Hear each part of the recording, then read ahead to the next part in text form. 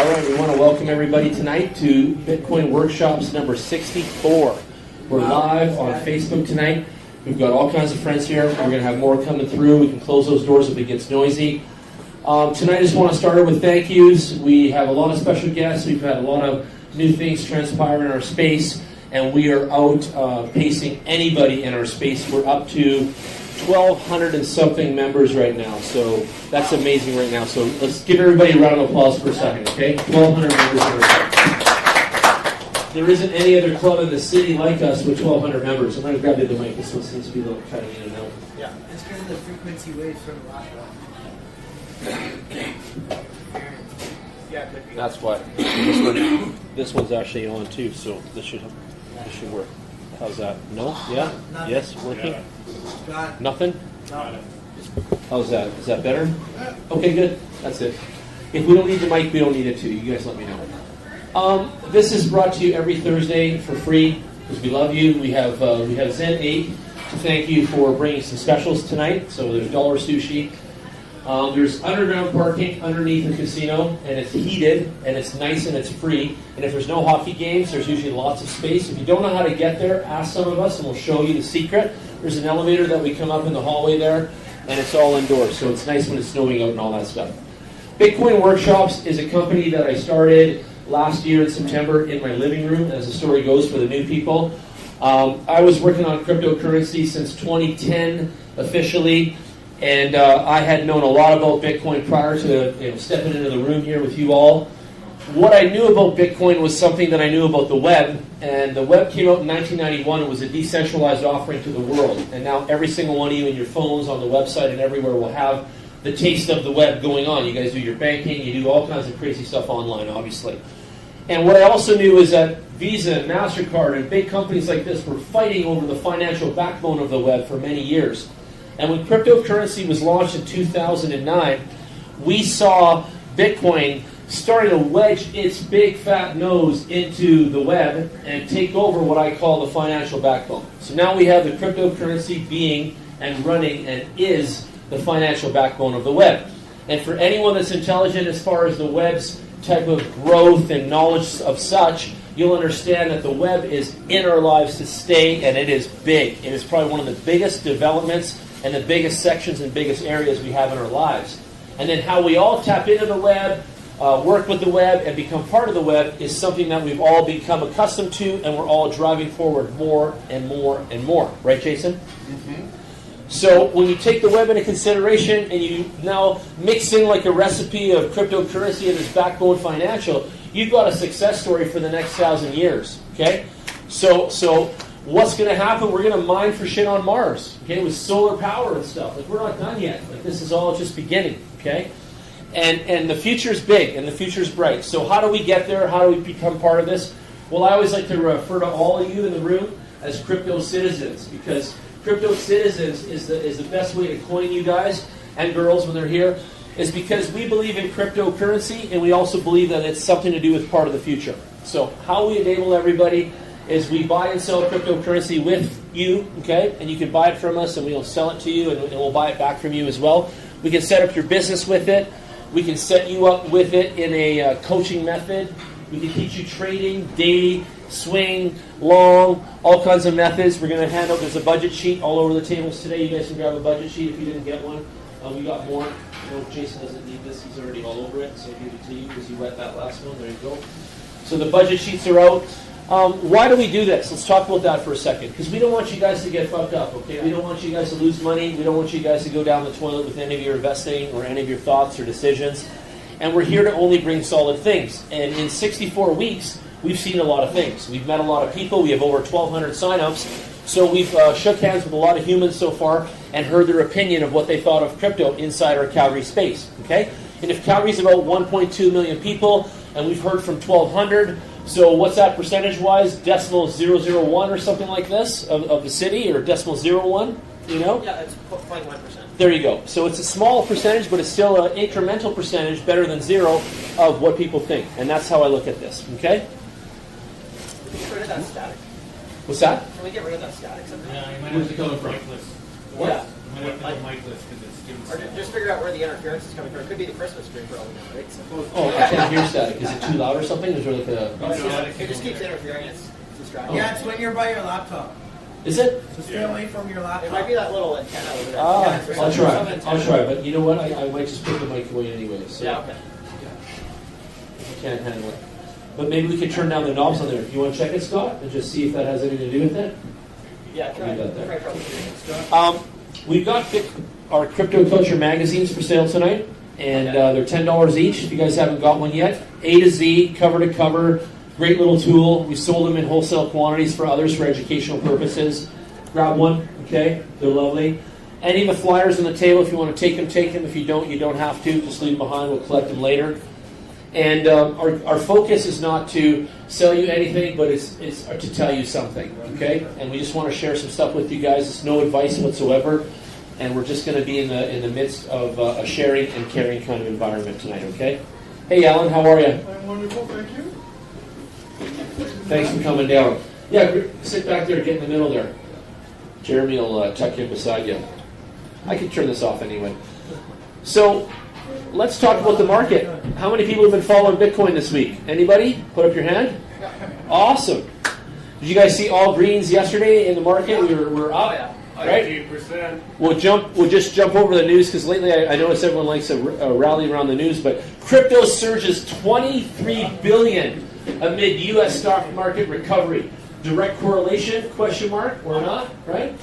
So how do you guys feel about that? How do you feel about that $23 billion surge? Did anyone feel that in their pockets yet? Did you see that in your phones? Oh, yeah. Investors are happy. Donald Trump has been vocal about his opposition against rising Federal Reserve interest rate and attribute to the recent sell-off of the market to the Fed rate hike. Blah, blah, blah, all the way down here. But the 2 weeks has been declining, and the U.S. stock market has seen quite a steep decline, and cryptocurrency has also seen that too, right? So a lot of these markets, everything that's money has gone down quite a bit. This week, Nick was yelling out Bitcoin Cash SV, and there were some good gains in that one. How many people bought Bitcoin Cash SV? Anybody? Put up your hand.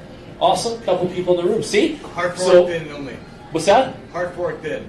Okay, so you got some on the hard fork. Nice. So he got some bonus, but that's it. So out of all that, only 2 people bought into SV this week. But you guys would have made some gains if you did. Okay? Yeah, it's at $100 right now. Attaboy. Yeah, what did it start at? Nothing. It was free. Yeah. See that right there? A whole lot of fucking money. So that's exciting to know too. So while the market is doing some moves, there's always one of the 2 or 3 or 5 of the branches that are actually creating gains and creating profits in the space. And I want to talk about how do you guys find some of this stuff? Like, Jason, let's ask you first. How are you finding incremental gains in the marketplace? Where do you find them? What do you look at? What's a website? What's the news? Well, I mean, I made my living on project development. Yeah. Okay, It's about project development. for you. Yeah. Yep. So you develop projects every day? So you don't look to a website for any kind of fresh news on the marketplace, per se? Well, that would be more like a trading mindset. Okay. Yeah. So you're not interested day by day? No, I am. I mean, to understand news, you get news. News is important. It is. Yeah. Yeah. So, yeah, I process news a Cool. fair bit, but I make my living from project development. Yeah. Okay. What's your name?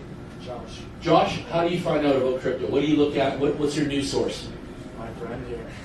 Okay, so you're taking from friends' advice mainly? Yeah. Did you check something in your phone? Do you have an app? Do you look at something? Yeah, he sends me updates. Okay. So he just sends you like text messages and say, hey, this is hot, this is not, all that jazz? Yeah. Okay. What's your friend's name? Alright. Karin? Yeah. How do you find the news? Usually lots on Twitter, Reddit, and just news articles always. How much do you read of crypto every day, hourly wise? An hour, half an hour? What do you think? I'd say an hour. An hour a day of reading? At work. Okay, cool. I'm at about 5 hours a day of reading. 5 hours for Jason, okay? Processing current developments. Yeah, all That's in. super cool. See? Good investing. What about yourself? What's your name? Daniel?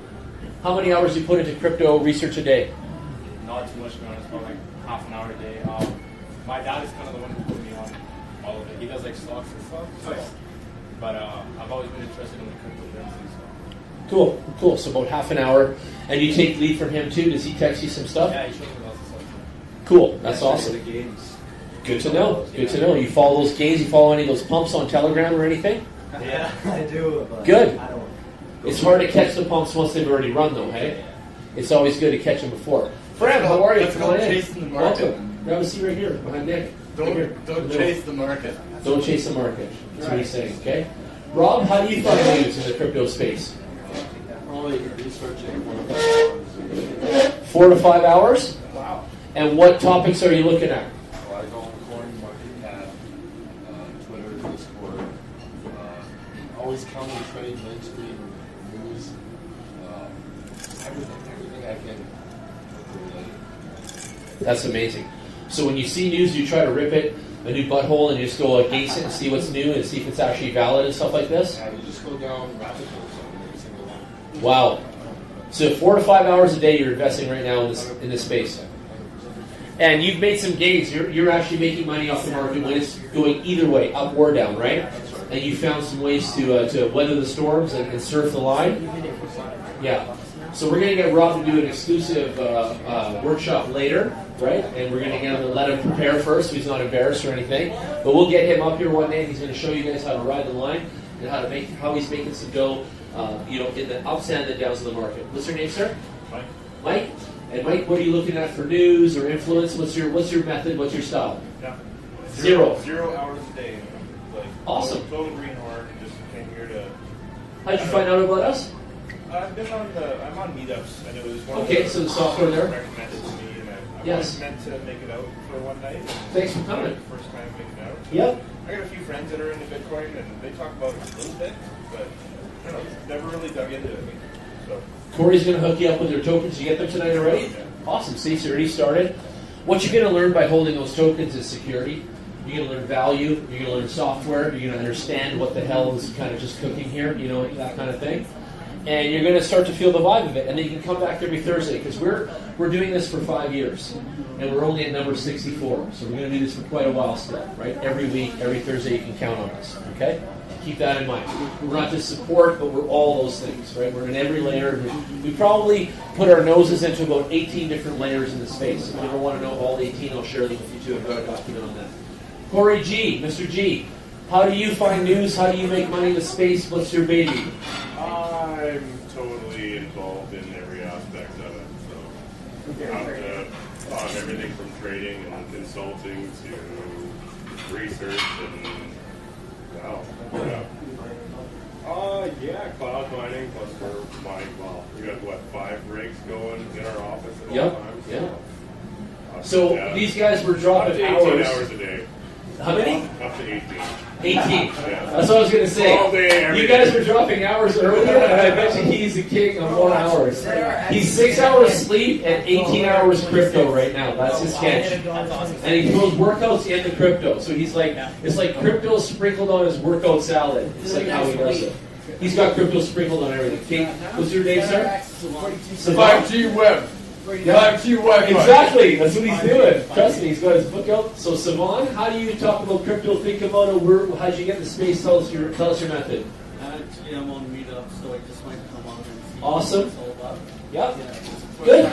Thank you. Meetup has been an instrumental software in my life. Can I tell everyone this for a second? Oh, yeah. Meetup, that silly software I pay like $30 a month for or whatever, has actually brought me probably the most community and good vibes I could ever imagine on Earth. Okay? Swear to God.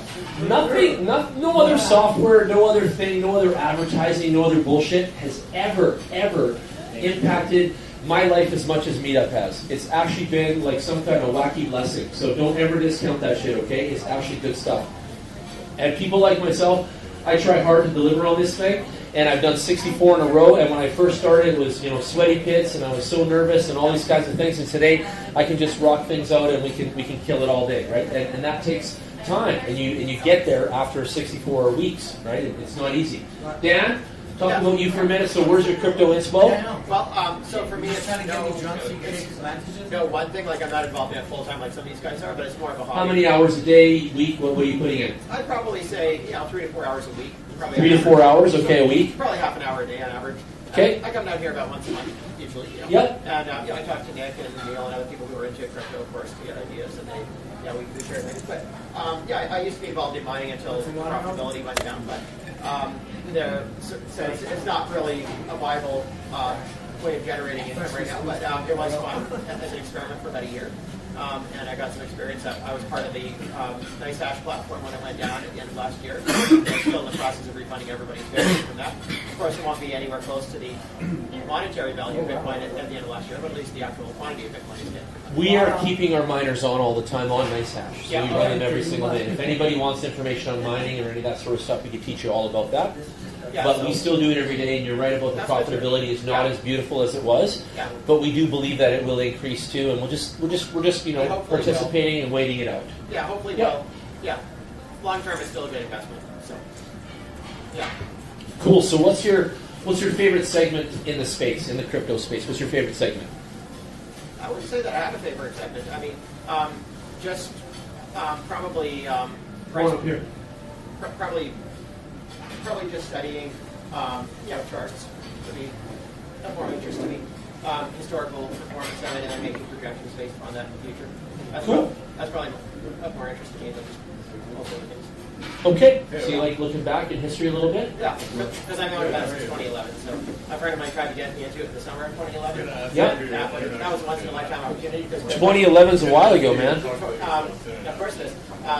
Bitcoin had actually crashed from $30 US to $2 US. Oh my God. So I could have easily bought 1,000 of them and just sell them. So we went from 20 grand to 4,000. Yeah. So basically, that of course will never happen again. But that just shows how low it used to be compared to even whereas now people are complaining it's around 4,000. Well, it's still a lot higher than $30, right? Absolutely. Yeah. Way higher. Yeah. You've been following it like me for a long time. So Yeah. you know. That's awesome. Yeah. Okay, what's your name, sir? And tell us how. Was that Juco? Oh, Juco. Thanks for coming. And how'd you get into crypto? What's your idea about it? I'm pretty new. I've heard about it on the side, but I didn't really pay much attention. Okay. Until I met another guy who started telling me about it quite recently. Okay. And what's he telling you about it? What's his angle? His angle was more from a project management perspective, or more from fundraising, where he was talking about them developing a product and trying to raise funds for it, putting it on the Bitcoin platform. Okay. So it was interesting, and then I started asking him questions, and then we got into the trading aspect and all that. So you find it interesting? Yeah. There's a lot of depth to it, isn't there? That's right. Yeah. That's right. Good. So I thought. Are you trading anything now, like any coins or forex or any of that? No. What I did was to try to look for. I said, well, because he's in the U.S., I'm here, so I really don't think I have much access to him. So I wanted a local group that I can actually interact with. Cool. Well, you found us. That's Yeah. why. Yeah. For a meetup. So you heard Rob Heath back there. He's trading a lot. So even tonight, you guys can just link up and chat. Yeah. Talk to him about trading and how he enjoys it and that kind of thing. Okay. Do that. Awesome. And keep coming. Nick, what's your story? How do you love crypto, and how many times do you make babies with it? Every day 1,000 times on average. Awesome. And that's on a sheet. So give us a couple areas you're into with crypto. What are you into? What do you like? What do I like? I like day trading, but I just set it and forget it right now. I set my limits at buy and sell. Yeah. So it depends, right? Right now, you can still make money in a bear market, but it's not as juice as a bull market. So I basically just set everything to buy right now on autopilot. Okay. And it buys at X amount, and it's going to sell at X amount. So even if we have a spike like Bitcoin the other day when it hit 44, 50 something, right? And you bought at the dip at 31.80 or 60, whatever it was at, then you can still profit 13, 14 bucks a coin if you're buying a larger volume of 1,000 coins.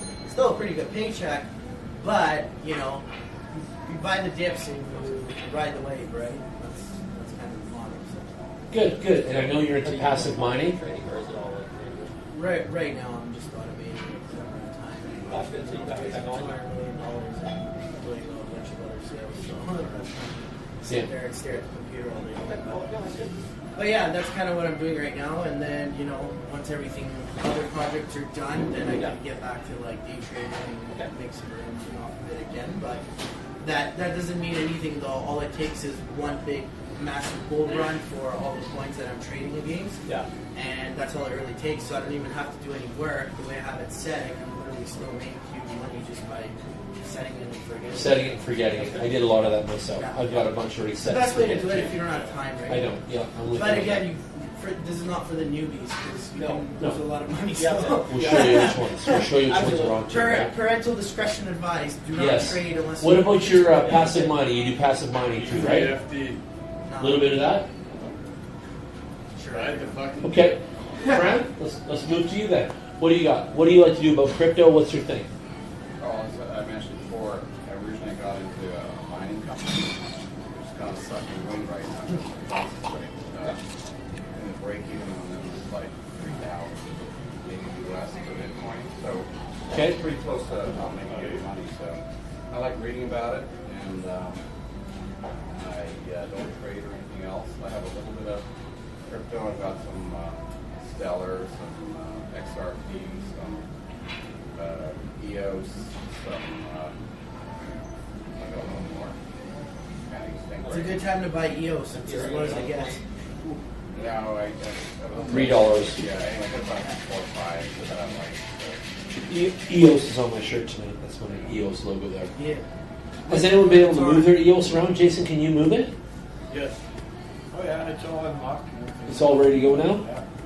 Okay, good. Yeah, Scatter is the main wallet provider for EOS, and they had a relaunch, Okay. a new generation wallet, Yeah. and it was an emergency response. Straight up. So yeah, it was frozen What? for The a number minute, one and that caused a bit of a market drop. So Gunner Wallet is GUNNER Wallet? Scatter. Scatter. Scatter Wallet. Like scatterbrains.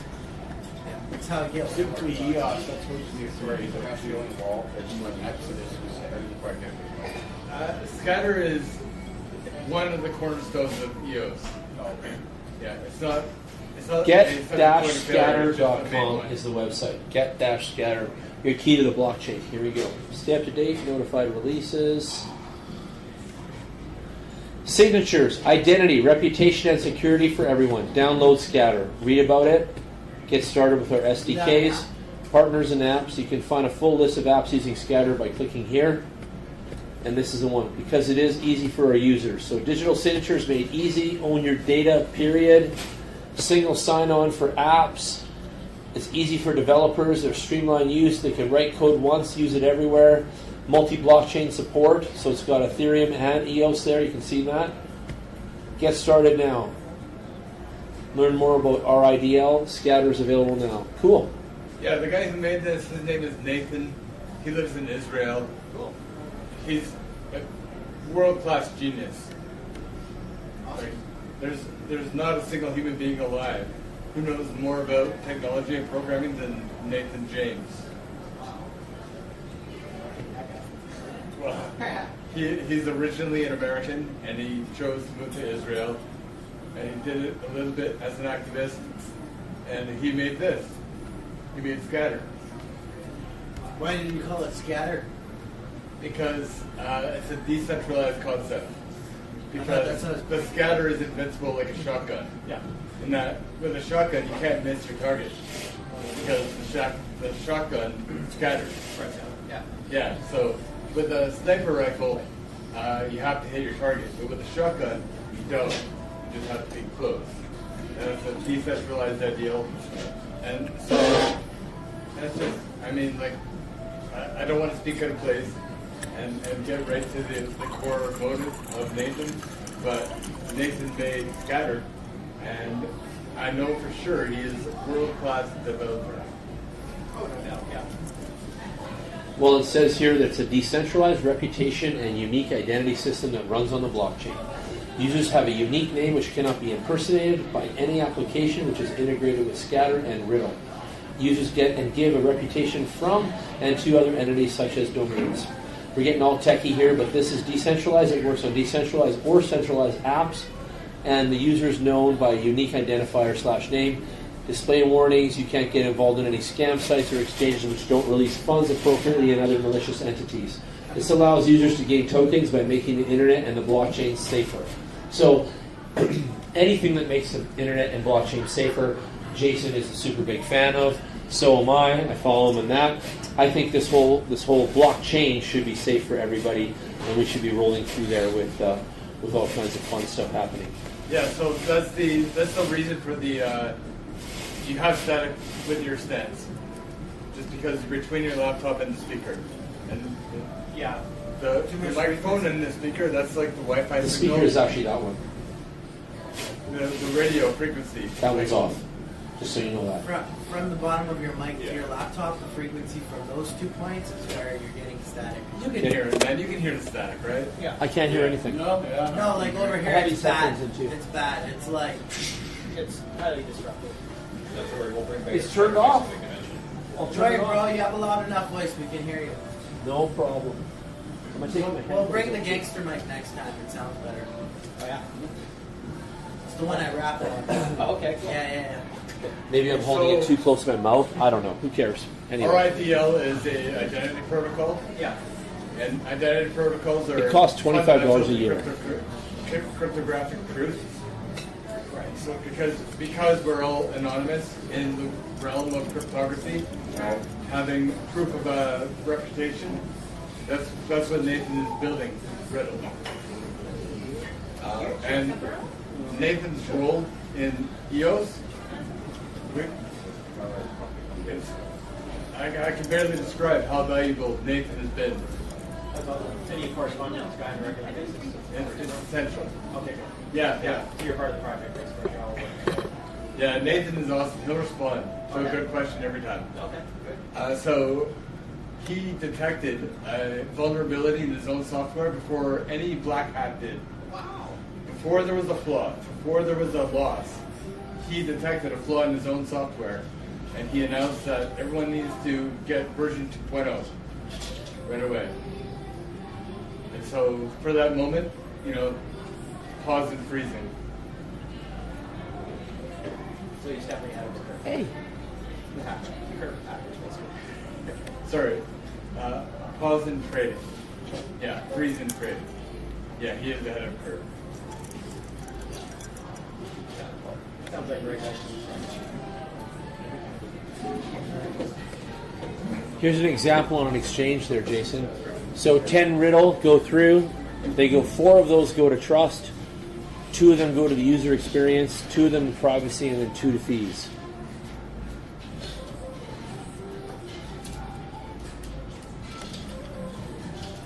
There's a lot of rules within EOS and all these things too, and these different type of fragments. Yeah. I noticed that. They spend a lot of time thinking about all this flow and where it goes and all this type of stuff. Subtraction can only go to 0. If no matching types or all negative types are reputed against the mine owner, then the mine owner simply gains nothing. So this is their white paper. How many people in the room put up your hand if you've read a white paper by now? Anybody? Okay. Read more of them. Yeah, for sure. Definitely read more. They get on about a lot of jargons to some people. Obviously, there's a lot of programming talk in there, and there's a lot of technical specs, and there's a lot of logic, and there's a lot of rules, like I said, and there's a lot of things. But they're interesting, and the more you read, the more you start to understand. It really comes like that. It's almost like a little foreign language at the beginning, and then it starts to make sense more and more that you read, because you start to see, I'll say, somewhat similarities between different projects, and you'll also see things that still core matter to everything that's crypto and things like that too. So it's really interesting. Okay, awesome. Let's keep going around the room. Fran, you've already told us where you're from, or what you're into. Robert, tell us what you're into with crypto and where it comes from and how you got started and that kind of thing. How did I get started? Accidental YouTube video. Okay. I mean, I first heard about it way back in 2010, and I went, oh. Of course, I did nothing about it. I heard about it again in 2015. On the YouTube video, I went, okay. Then registered to the 3rd time when it first talks about the Bitcoin Cash split. I was like, okay, what is this? The fork, yes. And then First fork. Then We I just saw- talked about Bitcoin SV this week, and it's been a high producer on the latest fork. Yeah, it's already up to $100. Just so you know that. So from that fork originally, where that had you confused, it's already forked again, Yep. and now we've had gains this week in that second forking kind of thing.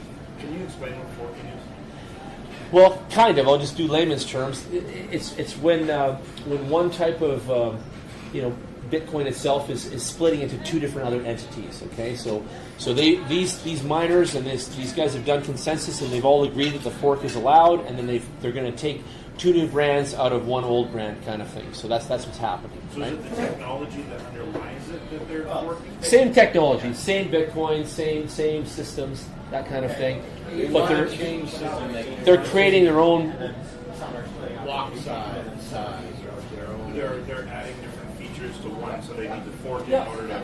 Yes. I don't know if anybody's. There's lots going on there. I'm just saying I it's can changing the dynamic a little bit. Thing where you take a project and you fork it and then you take it off in your own direction. Kind of Yep. thing, right? Fork is one word that means copy and paste.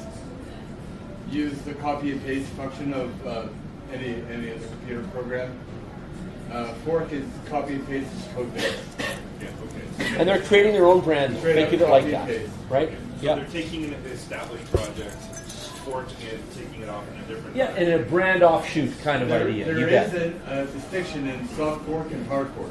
Yeah. Soft fork is backward compatible. So Bitcoin technically did a soft fork into segregated witness, Tequila. which Come sit up enables here. Lightning Network. But none of the mining algorithms have changed when Bitcoin decided to go SegWit. Hard fork is not backwards compatible. It is a different piece of software that is running consensus. That's a technical answer. See? Basically, when the fork happens, we're forced with it. Okay, keep that in mind too. It's not something that you and I get to vote on. It's the mining community and the people behind the nodes and all that. They're voting on this. Okay, and they're creating this and they're making this fork happen. And some of it is even pressure upon another brand without any knowledge. So we have SafeCoin in Calgary that forked off of Komodo.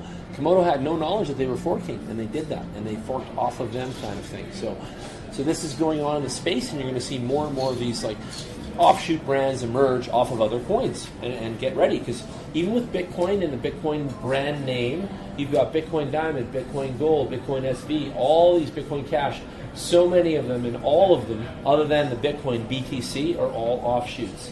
And what are they worth to you, me, in the marketplace? That's left to be seen, but there is only one Bitcoin, so don't ever get fooled by all those other offshoots, names, and such, okay? In the capitalization space of wanting to buy something for less and making money on top of that, a lot of the offshoots have shown to make money. So like we talked about Bitcoin SV today, it came out at, let's say, zero, and it's already $100, okay?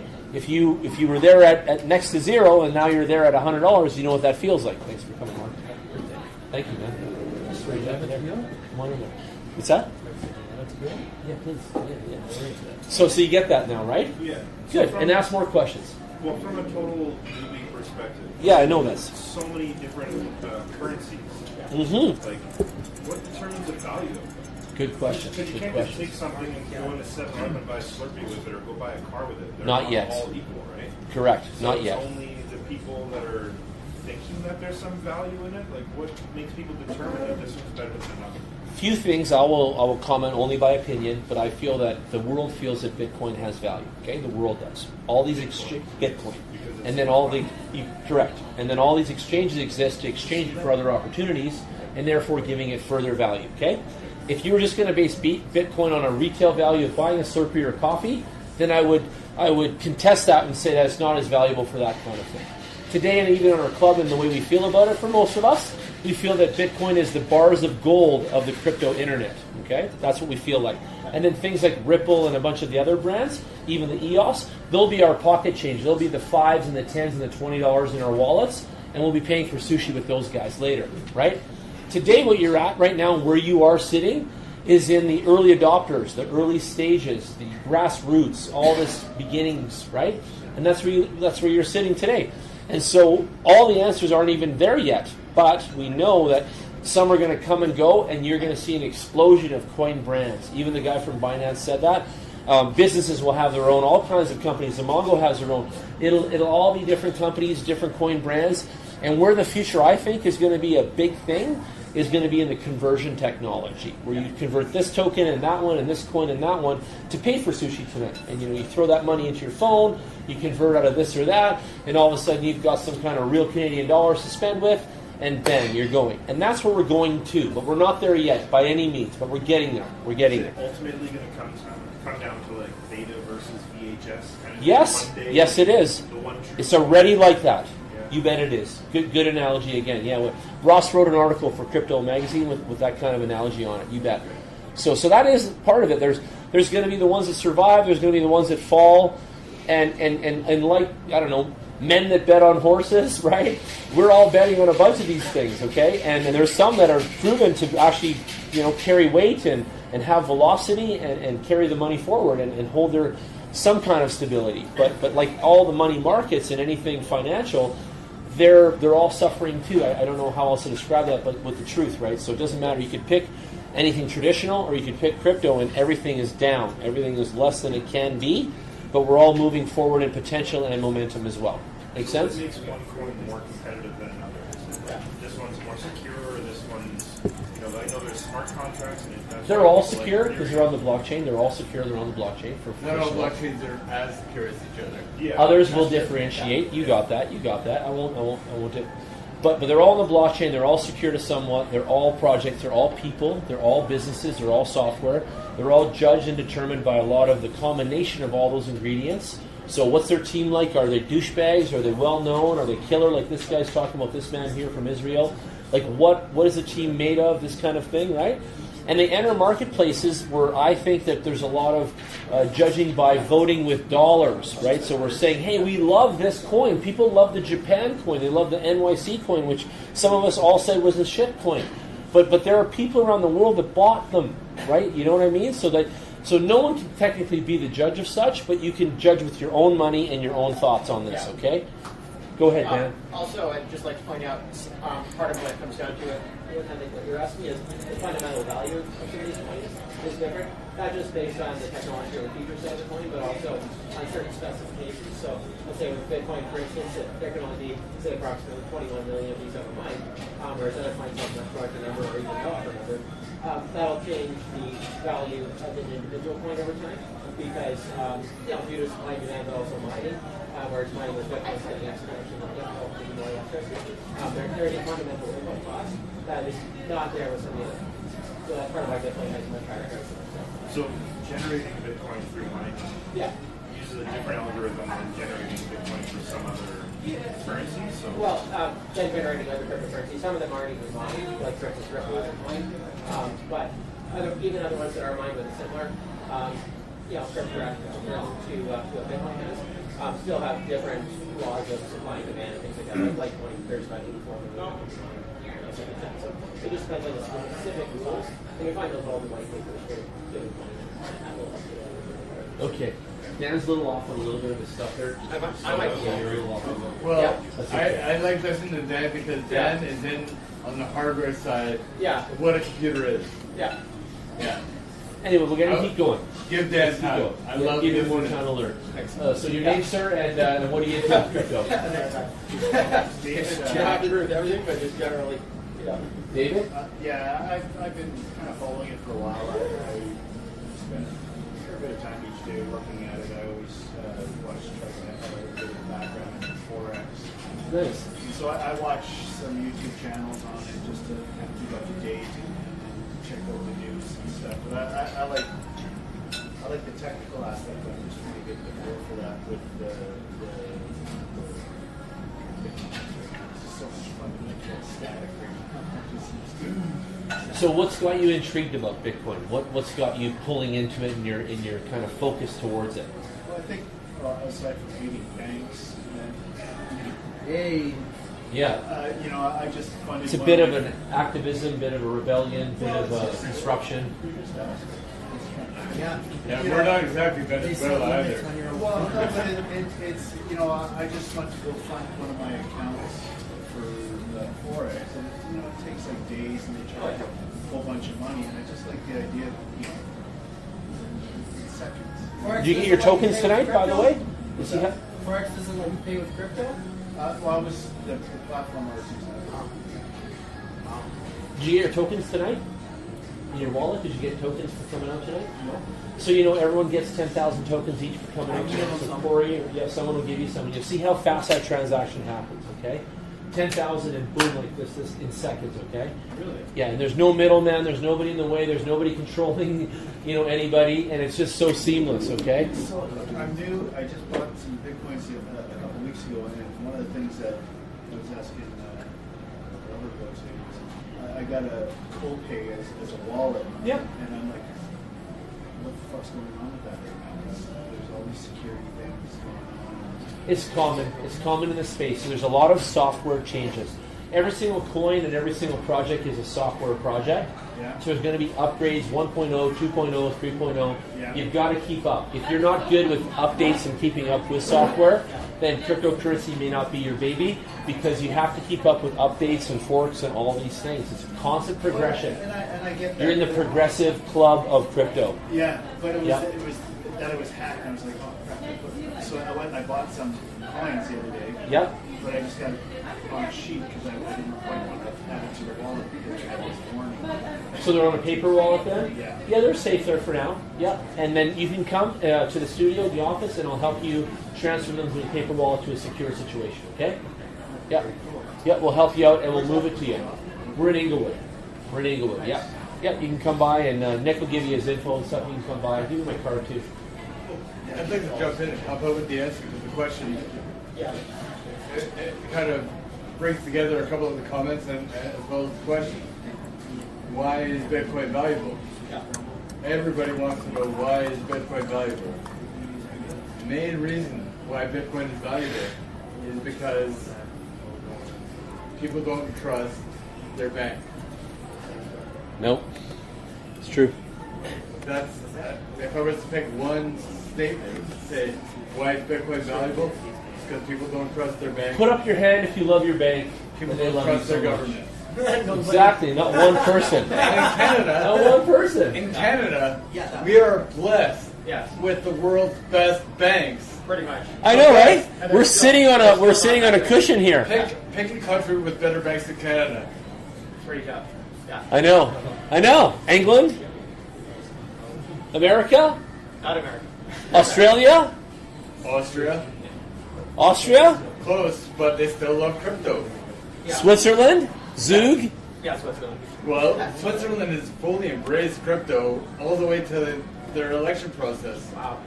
You pick your librarian in crypto in Switzerland. Wow. No joke. You pick your public school teacher. That's awesome. It's like it's a matter of trust. The technology of cryptography is a technology of trust. Yeah. And quite frankly, someday some central banks might add a cryptocurrency. Yeah. To their, central. That's why it's valuable. Yeah. And because it has scarcity built in, Yeah. and because that the scarce element represents the abundance. Do you know that you of can buy a nature. Bitcoin at every teller machine of the Swiss National Railways? Like every train station, All of you can buy agriculture, Bitcoin. all of Switzerland, energy the land production, of milk the chocolate, abundance of our cookies, actual pocket real knives, economy exquisite handmade represented by watches, scarce. fountains, bakers, and this. That's what makes it valuable. But now, Switzerland may be on the verge of becoming something more, a crypto paradise.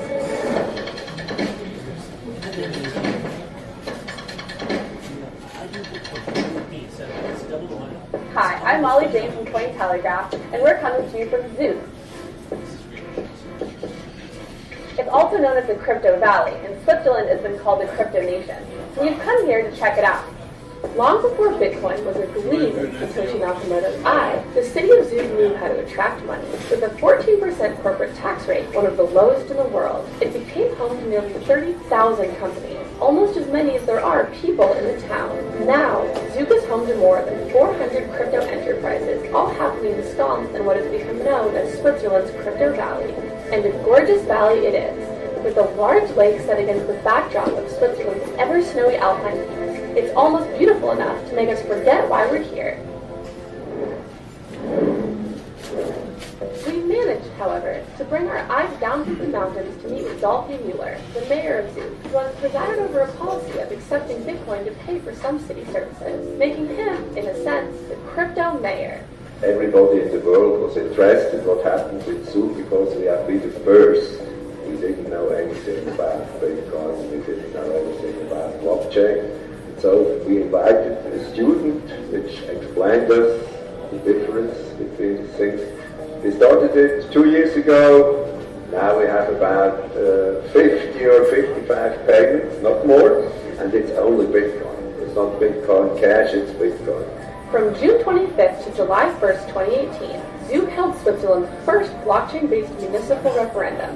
The vote, which was non-binding, used the city's new digital ID system. Here is a good place. Let's start an experiment with the so-called digital ID based on blockchain. Every year in summertime, they have a great party at the lakeside of Zug, and there is a firework. And we ask them people, do you want to have a firework again? Yes or no? And in Switzerland, a referendum, that's something holy. Has all this converted the mayor into a real crypto hodler? I'm not interested in cryptocurrency for myself. Despite the crypto mayor's lack of personal enthusiasm, get with the program, fella. Zug's experiments with crypto are breaking new ground, and city services aren't the only things you can buy with it there. We were told that here in Zug you can use Bitcoin to buy a Ferrari or a Maserati. We didn't really have the budget for that, so we could try to buy some wine instead.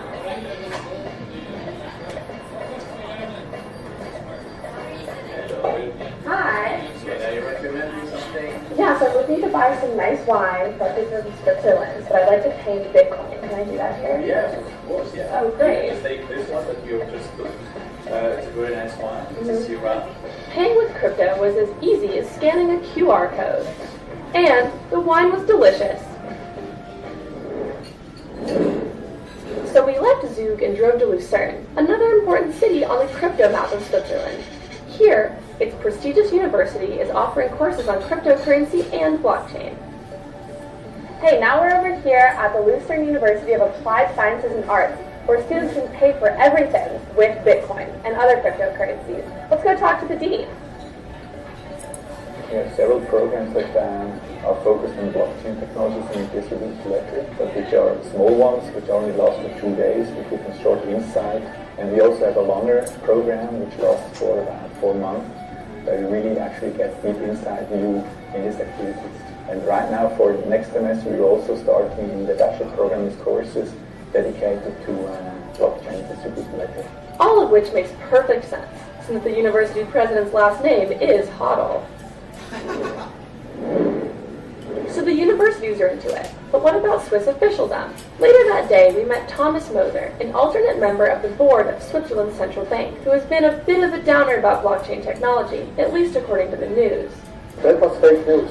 Fake news? Actually, I didn't say it that way. What I said is that I think for innovation and technology to take the next step, it has to be something else than just a copy of existing products. The innovations in money usually came from the private sector. If you think of the banknotes, that was not an invention by the state, that was not an invention by the central bank, that came from the private sector, from the commercial banks.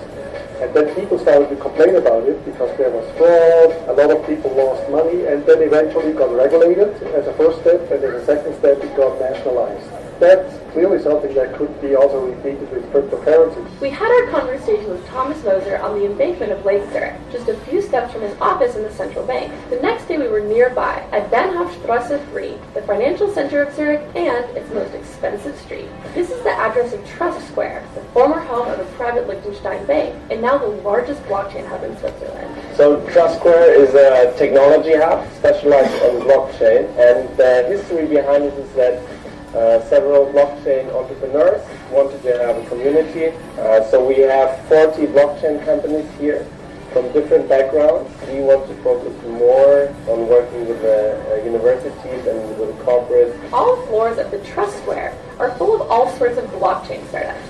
from students with some crazy spaceship ideas to more down-to-earth insurance projects. And these blockchain incubators are in high demand. We have over 400 players already in Switzerland, and the government is very pro-business, very helpful. It's a very decentralized 400 different companies already, and this is old. Just imagine. culture, and it's really in line with what I think blockchain and crypto assets are. FINMA is trying to move the whole crypto asset business into more regulated security token. FINMA, the financial regulator, categorizes the tokens based on the underlying economic function: payment tokens, utility tokens, and asset tokens.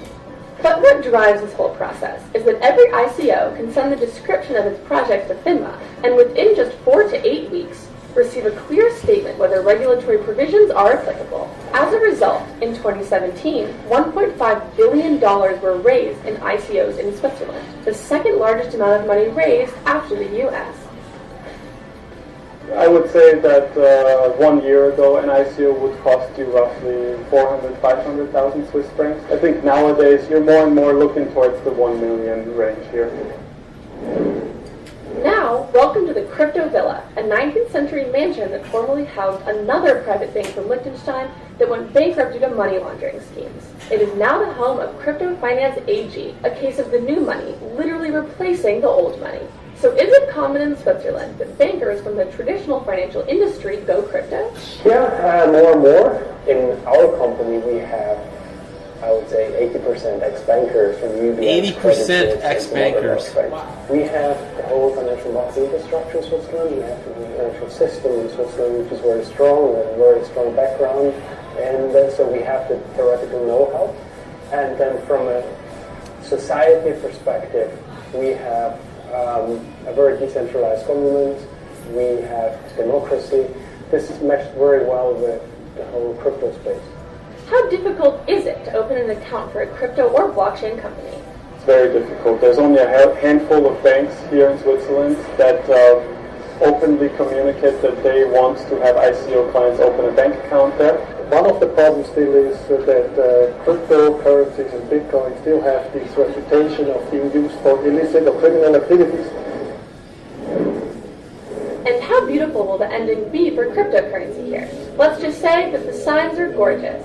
So is Switzerland a crypto nation after all? Currently, I'd say yes, we are a crypto nation on a very early stage, but we have everything to really become a big hub for crypto offering. So there's a high probability that we will see unicorns coming out of Switzerland in the next few years, because I think the foundation is in place. In the future, the blockchain technology will be a base technology that is used in a lot of applications, and the people actually won't realize that they're using a blockchain. I think at that stage we still have to think about what would it mean for monetary policy, what would it mean for financial stability. The question would also be, would there still be private banks? Would they still have a role in the payment system?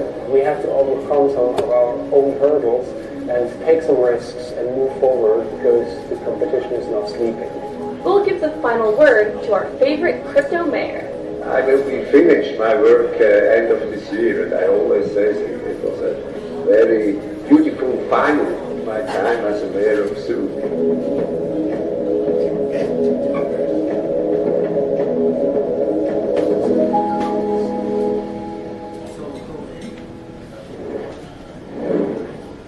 Although Switzerland has long been considered the banking capital of the world, it soon could become the global crypto capital. However, I think that cryptocurrencies and Bitcoin still have a long way to go before they see widespread usage. As the sun sets tonight over Zug, the crypto valley, Bitcoin may be rising over Switzerland. Cointelegraph. Like, subscribe, and hodl.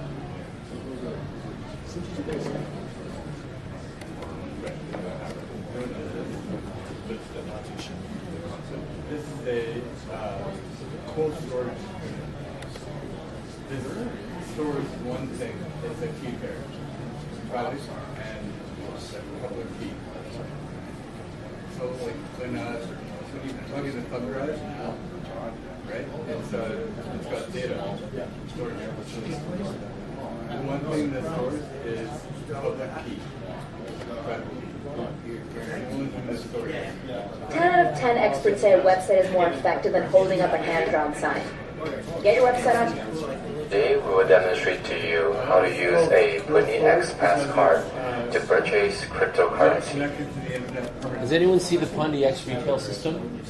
This is going to be the first retail system that goes into effect worldwide. And PundiX is the leader in the space. And Ken Bozak grabbed the PundiX cards at the Consensus in New York. But I want to show you guys how slick this is. There's nothing like it, okay? Dan, we're gonna focus on this for a minute, okay? And then we'll talk after.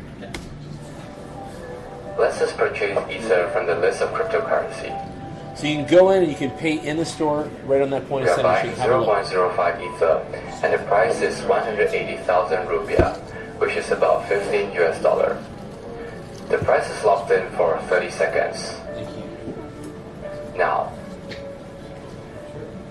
we choose the payment method, which is a PundiX Pass card. What we need to do is just to strap the card on the device, and voila, we have purchased the Ether. The receipt shows the details of the purchase. Let us show you how to check your balance using a PundiX Pass card. It's very simple. Just tap it on the device and you will see your remainder balance. Let us show you how to bind your PundiX Pass card to a e-wallet application. Every PundiX Pass card has a unique QR code and also a scratchable PIN number which is protected. Now, let's try to bind your PundiX Pass card to a e-wallet application. We are using Pundi application whereby we choose to bind a digital asset which is a PundiX Pass card. Let's just key in your PIN number. You will scratch your PIN number and the PIN number is much longer than the demonstrated PIN number we key in. After keying in, your PundiX Pass is being bind successfully. You can now check your balance, the cryptocurrency you have, change your password, and other features. Let us show you how to use a e-wallet application that is binded with a PundiX Pass card. Now, let's try to buy Ether using a e-wallet application. So we key in the Ether value and confirm the value. Now, let's choose the payment method. This time we will choose to pay with a e-wallet application. We are paying it using our own application, Pundi. The device scans the QR code from the application, and then both the device and the application has a confirmed purchase. Now, you will see your newly purchased Ether on the Pundi application. Next, I don't think it went through. We will demonstrate how to use a redeem code to purchase cryptocurrency. Let us purchase Ether again. We will purchase 0.05 Ether, and the price is locked in for 30 seconds. Give it time. This time, we will choose to purchase using a redeem code. No rush. So I don't want to put everyone to sleep, but this is the future. Okay, what do you guys think of that? So we're thinking of bringing that to Canada. Does anyone think that's the future? Yeah. You like that? Definitely. Okay, good. Go ahead. Okay, so I got the card, I got the digital wallet, right? I've got whatever currencies on there. When I go pay for my See how many different ones? I go pay for my sub at Subway, and any merchant now take that, right? So in Canadian dollars or US dollars, whatever, to pay for something. Yeah, no, there was any I just needed It gets converted in real time. No. But it's okay. It stays in the crypto value in the network. It's not a. There's no fiat option on here, and I think there should be though. I think there should be a Canadian or US or whatever fiat and crypto, and it should be a duality thing. Because I'm looking at that card, there is a reloadable MasterCard per se. Yeah. Right? And It's a swipe card, yeah. It's a swipe card. Tap card. Yeah. And then it's between the phone, everyone using tap phone pay options with iOS and Android now. There's just so many people are going to that away from cards because they're glued to their phone anyway.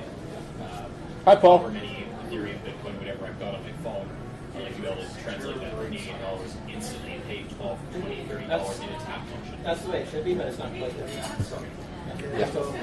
I agree with you. You don't need the card. We already have a phone. This looks like a nice little point of sale system like you would see in like a kiosk at a retail store or small business, right? If I could take $80, buy crypto, or they take crypto and convert $80 into merchant, it's flexible both ways. Yeah, and that's the ideal. You know, certain coins like Bitcoin, when the network's really busy, the you know, just the transfer fee is really high, so it's not practical to use it. But some other ones certainly are. You know, so that happened to us last year. It was Fun fact: the $25 the pin pad of debit cards and Visa cards had they were rife with fraud. There was a fair amount of credit card fraud and debit card fraud that occurred amongst the major banks, even with pin pad security. The major breakthrough for security in all of our cards that we use, Visa, debit, or otherwise, and we all use them. Just looking around the room, we all use those cards. I use those cards. My credit card got compromised a couple months ago. Yeah. My banks tell us anything about it. I called them, they have a case open, and they're investigating. It's only like $60. How cheap this is right now, Kevin? Was it like an online merchant? The major security breakthrough from those cards is geolocation. Okay. Yeah. The fact that your card provider knows where the card is used, and they will call you if they think there's something unusual. Well, it's like when we went to Michigan, I tried to pay out something with debit. Most stores don't take it there anyway. Let's go to campus again. I'm ready. Yeah. I need a vacation. Yeah. It's like $40. Thank you. Processing. Like, take 30 seconds go by. Decline.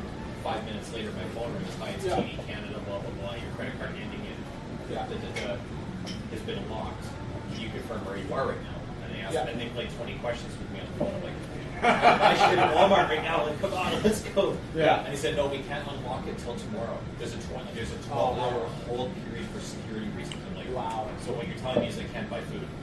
So you should have just brought a whole bunch of cash down there. Well, I brought cash, but that I didn't want to use it unless I had to. It's better. It's better than not buying food. It's not allowed to travel. Yeah. It's not So basically, now they basically said, okay, if you're going to be going to Michigan, Hawaii, whatever, you need to give them 5 days notice. They will put a note on their note when you're going, where you're going, because now my account has been flagged. My account has provisions on it. Like, wow, that's great. Makes me want to stay with you guys. Well, you know, the rabbit hole goes deeper than that. The rabbit hole splits off into several different directions. But realistically speaking, if a person wants to have privacy in their business dealings, then banks are not the pathway. And realistically speaking, if you want your security to be provided by the fact that a third party knows where you are, who you are, and what you're buying and why, then the banks are not the pathway. You still need to. The rabbit hole splits off, and it goes much deeper than that. And in terms of like finality of a done deal, a completed transaction, there's no contest. So like that video there with that little point of sale machine, what is there any sort of timeline ETA when that's going to be an implemented option in Canada? They're looking for distributors right now. Yeah, the thing about that is that pathway needs to go back up through the rabbit hole, and then through the banking. Yeah, as a small business owner myself, if a bank, like let's say TD, ATB, whoever sold something like that, my bank is known through TD. Yeah, I buy that device for $200. I pay $12.50 a month to use it, and I get X number of transactions a month. I can take payment in Bitcoin from someone booking my services. Goes straight to fiat Canadian dollars that I want now. It's going to pay the bills, and then vice versa. Right? If that's something that the banks are willing to back or can be integrated into, that seems like a great idea. Cool. Good to hear that. Now, would you invest in the actual coin? Because look at it right now. It's way below even a penny US right now. And you saw that machine, you saw that system just now. Okay, you've already put that all through your mind. Now the investment of it is worth way less than a penny. Okay, and they're about to come to Canada. They're about to unleash in America, and they're all over Europe right now. So all of Norway has it. That was fairly new. Yeah. Pundi X it's still being pumped everywhere. See, 2019. Look, He's going to say it's going to be worth $1 in 2019. Weather number aggregate September. September, yeah. That's all. What's that? No. It's out of, I believe it's out of Norway. Oh, Norway. Okay. Yeah. For anybody that's very enterprise. So Yeah. that's what But that's the future of crypto acceptance payment systems. And I want to see the Mongo coin in that system, these kinds of systems. That's the kind of relationships you have to make out there. But I'm showing you guys the stuff way early, like I always do. And I'm also showing you the investments. So if you start to do the math of what I'm trying to show you here, I'm starting to say, hey guys, look at how cool this is. Look at this coming now in the future. And look how cheap the coin is right now. If you put $100 on this, you could do real well. Kind of idea. Just saying, right? So Pundi X on its way up. Functionality between that and Crypterium. That and Crypterium. Crypterium, that's the website. Yeah, that's not a point of sale machine. That's the website. No, but right now they're doing currency transfers, payment systems that are accepted in a lot of places. They're converting whatever to currency. Oh. Let's have a look. Are you working with Crypterium?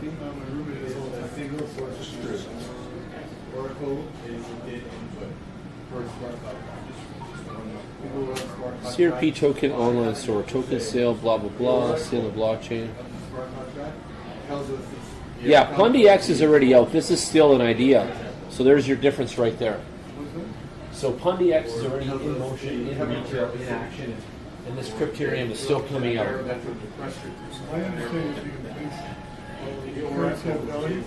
Yep.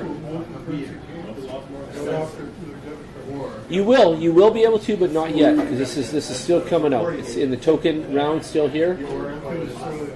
Yeah. So we can visit the other project here for a second. Every single smart contract ends on this Oracle. Well, there we go. So there's the products. There's the wallet, the cards, bank transfers. Yep. So this allows you to pay with crypto anywhere in the world. You get a card. It looks like it goes on your phone as well. You can do bank transfers. I'll show you guys another really cool one for the Christmas shopping season. It's called Purse.io. And with Purse.io, you can save money shopping on Amazon and all these guys by using cryptocurrency. You get a 15% discount on Amazon by using Purse.io. Yeah, I know, eh? Save 15 points, and away you go. So you can shop and save, import a wish list, and earn. So if you're not shopping, you can earn Bitcoin by fulfilling shoppers' Amazon orders. So you can actually sub out your money and make some gravy on top through their mechanism. So it's called Purse.io. And a couple of my friends in America put me onto this last week, and it's going pretty good for them. So, it's what it is. It's one of those things. It's all in that shopping realm. But have a look. Enjoy. See if you like it. We have our Bitcoin energy drink coming in. It's here by Canada Post. We were tracking it, but it should be here tomorrow. So next week I will have the samples of it and the cans of it, and everyone's going to have a taste test of the new Bitcoin energy drink. And we are the Canadian distributors of this. So we've bought 10 pallets of it, which is I think 100,000 cans. And every 10,000 cans, there's a secret code on the bottom that allows you to win one Bitcoin, one whole coin. So people will collect the empties, basically, and then like lottery numbers, you'll see them on the website, you'll enter them in, and you'll see if you've won your one Bitcoin. So they've got their own little marketing edge. All the orders are fulfilled by Amazon, and you guys will be able to sign up under us as affiliates. And then if people buy more of the Bitcoin energy drink, you guys will make commission and all that jazz, okay? And we're possibly getting a car through the whole thing of it, and then we're going to put the Bitcoin energy car on tour. So it's going to go to events in Montreal, Toronto, Ottawa. We're just going to take care of Canada because we don't care. America's got their own thing. But we're going to end up sending this all across the country. So if any of you are in love, especially you young boys over here with Bitcoin, and you want to go travel, I might have a job for you, okay? I might send you across the country. You guys go swaggadocio in Montreal, give out drinks, hang. We're possibly getting a Ferrari, a Porsche, a Tesla, something baller, and we're going to wrap it in the Bitcoin energy, and probably sponsored by Zamongo as well. And we're going to send this car out on tour all over the country. We're going to need some young guys from home here to go out and oversee and hand out drinks and swag and all that other good stuff. But that's that's reality. It's almost here. As soon as I get these 100,000 cans of this secret Bitcoin goodness, then we're going to start selling the stuff. But it's on its way. It's my 2019 big goals. Hi, welcome Adele. Long time no see. Yeah, awesome. Come on in. Download IM Token 2.0 for her, Corey. Please help her. Yeah. Because I've got to give her a couple different tokens. Her 10,000 for coming, plus another kind too. 2.0 doesn't take Bitcoin. It does so. Yeah, it does. It takes Bitcoin, EOS, and Ethereum. All three. Go to the top, and you can toggle between the 3 different currencies. You bet it can. But yeah, so Bitcoin Energy, all natural product. We want to set up Canadian distributors across the country. We want people like you guys to help us sell it and tell it all across our country. So if you guys are interested in, and you've always loved energy drinks and that kind of thing, we have it. We have it coming, okay? And we'll be stocking it up, and you guys will have it here on Thursdays, and we'll mix some tequila and some Red Bulls, or like Red Bull, but we'll do tequila and vodka and shit like that, okay? So it's on its way. Cards. I've got some prepaid Bitcoin cards. I got Nick some of them. He might even have some left. But if you guys want to put Bitcoin onto a card and put it in someone's Christmas card to influence others and such like this, we've got some preloadable cards that you guys can get from us. So think of that, okay?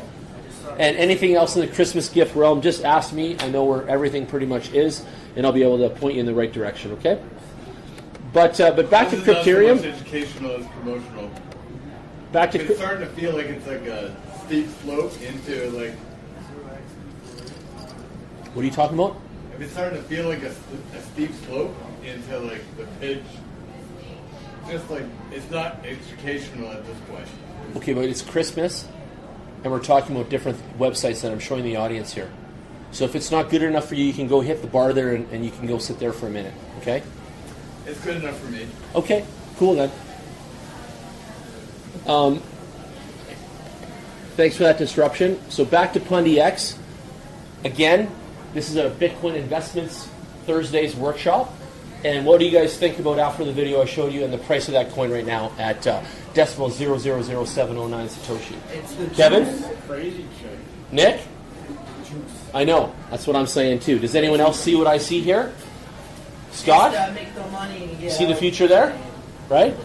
So keep that in mind. And PundyX is one of the only companies that's offering all of that seamless togetherness and entering markets right now. Go. Which exchange?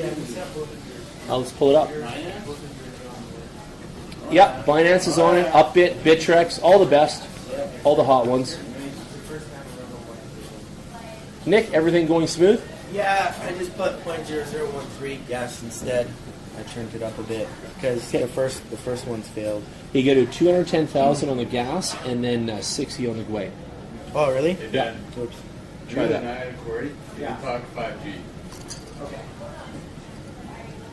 Yeah, 5G. I heard Huawei got 5G. Okay, anybody else got a coin they want to talk about? Jacob, how about you? Huawei is fucked with 5G. What are you into? Yeah, Huawei is fucked.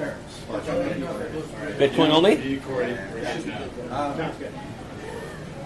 Either way. I don't know, I'm getting ready to put a bunch. XYO? Okay, let me throw it up there.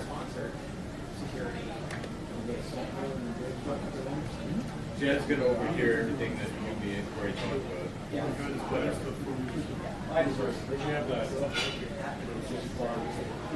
Yeah. So what do we got here? What do you know about it, Alan? I know. Kevin, what do you know about XYO? Have you guys heard of XYO yet? I know everything about XYO. They're trying to replace GPS. Who? They're trying to location GPS system. Okay, from China? No, they're from Seattle. Okay. Within 3 meters.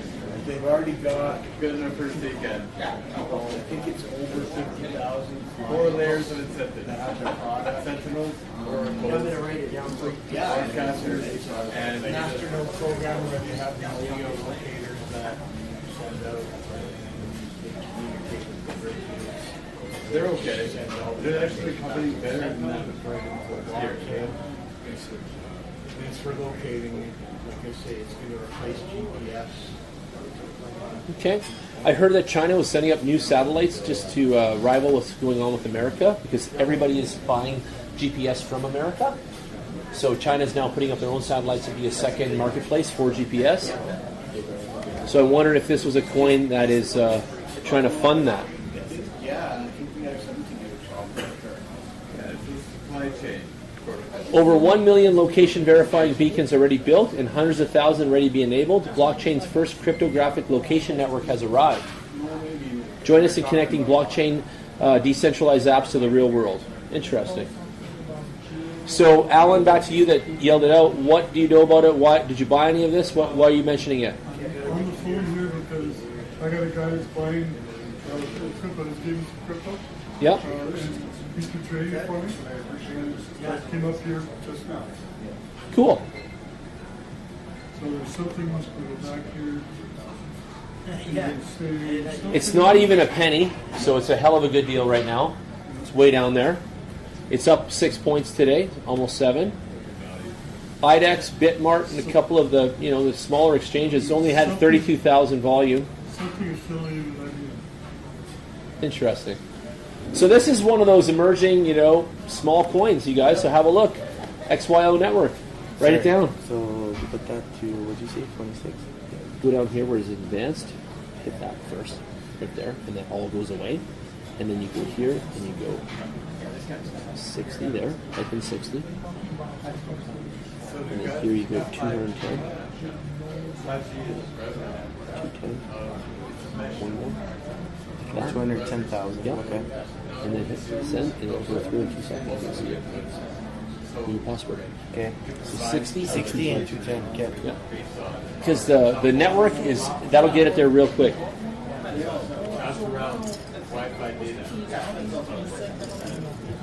Okay, who else? Who else has got a coin? Throw down. Anybody? Cardano. Cardano? Okay, I'll pull it up. ADA? Does everybody know about Cardano and ADA? 4 cents right now. Wow. That is a really good price.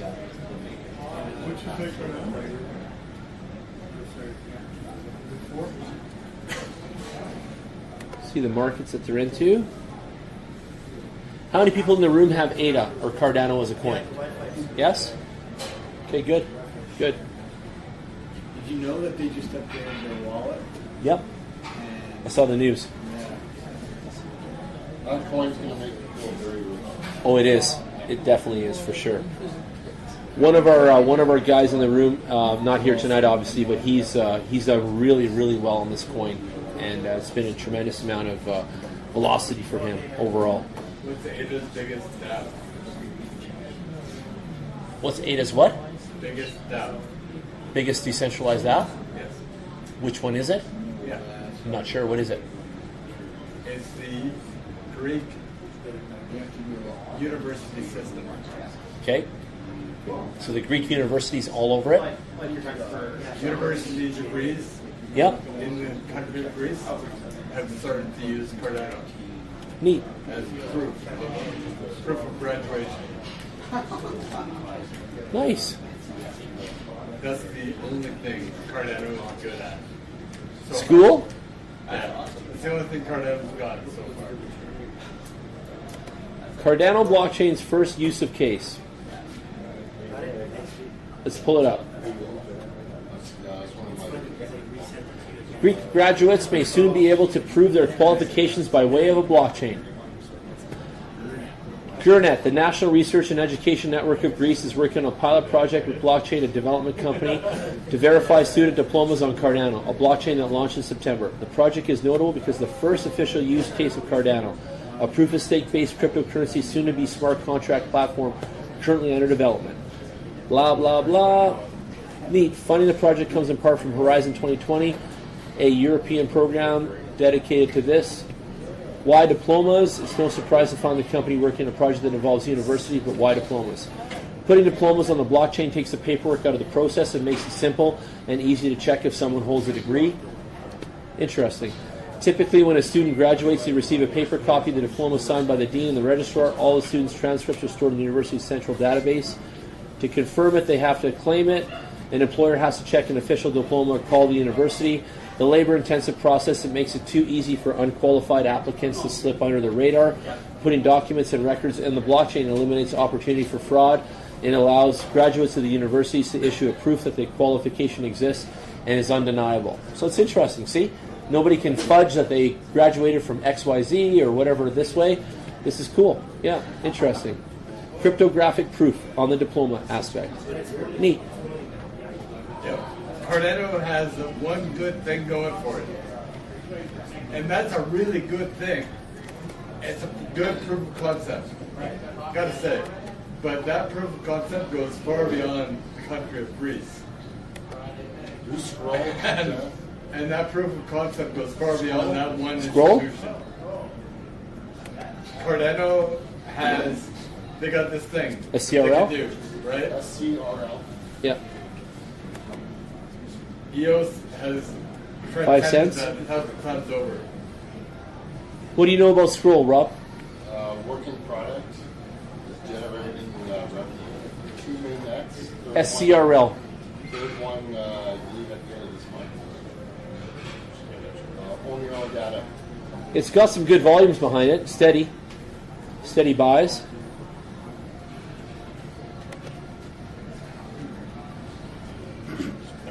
What market are you trading on? IDAX? Hotbit? I'm on a Hotbit and LA. Okay. So you're buying it with Ethereum then? I am, Yeah. How many people hold a considerable amount of Ethereum here? Put up your hand. Okay, cool. Yeah. Yeah, Ethereum is definitely an empowering and a powerful money and token and cryptocurrency. I loaded up on this double-digit. Good. Right now, Ethereum is such a good deal. Absolutely. If you haven't bought any yet, and you're still wondering, hey, should I? Definitely get some now. Now's a sale price on the goods right now. Let's actually see how much that puppy is. Considerable is not a number. 118 USD. 120 bucks. So Yeah. half of what I bought it for. Wow. Last year. If I could buy a beer with the Ethereum I hold, it's considerable. There you go. Or you could buy, So you can see the it's done a struggle against Bitcoin, and it's actually outweighed it in many cases here. Look at this. It's actually blown past it in the early days there of January, even in May, and it's outweighed the Bitcoin economy. And I always say that Bitcoin is the Coca-Cola and Ethereum is the Pepsi. And Pepsi has been knocked out of its spot lately, too, because Ripple's been kicking in there, and EOS has as well. And it's really had a run for its money in the last little bit of this year.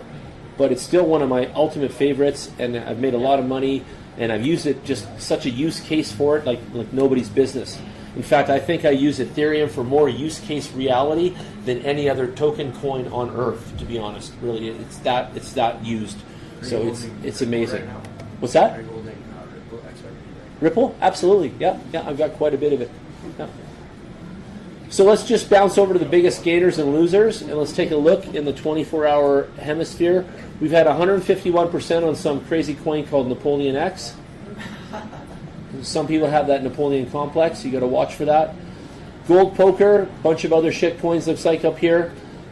Cryptic Coin, Crypto Search, Consensium, PAL, Numenaire, Apex, Thor, Lending Block. Who knows anything about Lending Block out there? Yes? No? Okay. Anybody know anything about Bitcoin X, BCX? No? Okay. What about Decent Bet? Anybody on that one? That's a VeChain network. It is, yeah. I know about that one too. That one's actually really good, guys. So price is 2 cents right now. Decent Bet is probably going to be the stable, trusty coin in gambling in China and all those regions. So if you guys like buying opportunity that goes off in Asia, Decent Bet is definitely on it.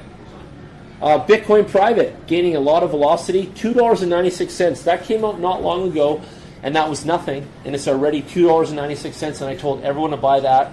I don't know, it was on the podcast a while back, we can look back, but I told everybody to get some Bitcoin Private because it was going up. If you had bought it when I told you now, you would have bought it in cents, not even pennies, and it's already $3. So do the math on that, and you'd be doing really good. So if you even put a G note towards that, or even 10K, you would have made massive amounts of gains. Okay.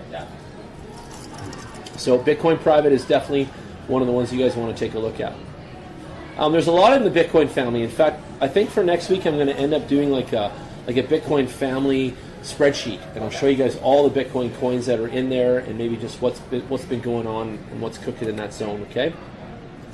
In the last 7 days, that Napoleon NPX coin is rolling 356%. Octo coin is 254. There's Bitcoin SV. That's Nikki's favorite of the week. Look at the volume that in 24 hours, 154 million. It outshines 165,000 even of the Napoleon X, which is a shitcoin obviously at this stage. But Bitcoin SV, regardless of everybody's opinion of whatever the hell they're on, Bitcoin SV is kicking ass, and you could have made some really sick gains on it in the last little while here. Okay. It should be hard for it. Right now it's at $103.20. So and it started at 0. So it's an incredible gainer of the week in the last little while here. Okay. Other than that, what else do we know here? Jason, do you know any of these? Yeah. Which one? Well, I want to start Sentinel. Sentinel SV. Protocol, the UP token. That's got some pretty good volumes as well. What do you know about that? It's at 2 cents. It's a derivative of the proof of location. Okay. So it's a proof of location derivative. Yeah. Okay. And why is that important to anybody? It's a sensor that does a mesh network to prove where an item, where a beacon is. Okay, cool. What they're using it for, I'm seeing it on point of sale systems. Yep. Mobile point of sale. It's got GPS attached. Okay, cool. So Sentinel's providing that kind of information data. Gotcha. Cool. You'll see Modea loyalty points. That had a 26 million volume in the last 24 hours. The data transaction value of that token. BlockTix is one that I bought, so I own this one. It's called TIX. It's had 10 million in the last little while. I like this one. These guys are obviously blockchain in the ticket business, and there's a lot of need for that. So if they can actually take their brand to the level that I hope they do, we'll make some good gravy on them as well. But right now they're 18 cents, and they've had 66% gains, and they're kicking some ass. So keep an eye on that one. That's one that I like. What else? ACDC. I've never seen this yet. That's neat. Voltcoin. Wow. If anyone likes rock and roll, you might remember ACDC. There's our Carrot coin, Nick. Where are you? He's not even in the room. So Carrot Gold coin has come out, KBC. And they've had 38% gains. And we were laughing today because the market was like all red and shitty. Yeah. And there was a coin we call not one of the best coins. I don't want to call it a shit coin either, but it has some kind of merit maybe in a year or two. But anyway, we're laughing at it. And here it was one of the coins that actually making gains right now. So 38%. So that's pretty cool. May I interrupt the conversation just for a quick question? Yeah. Familiar with the rock band AC/DC? Yeah. Yeah? Heard of AC/DC? My question is, does that name, it's obviously an acronym, right? AC/DC is an acronym. Is it an acronym for alternating current, direct current? Or is it an acronym for Antichrist Devil Tribe? Probably the latter. That's my guess. My vote is alternating current, direct current. That would be nice, but it probably has to be. Adele, come on up here. Yeah, just come sit here for a second. It's open to the field. Rock and roll. Don't be shy. It's okay. Jason won't bite. He's just joking. Rock and roll is guns, rabbit holes. Yeah. I think it's cool that there's an AC/DC. I think of AC/DC as alternating current, direct current. So do I, but it's kind of that probably is that. Yeah, like. Did you guys like a DBA? Either way you're wired. Yeah.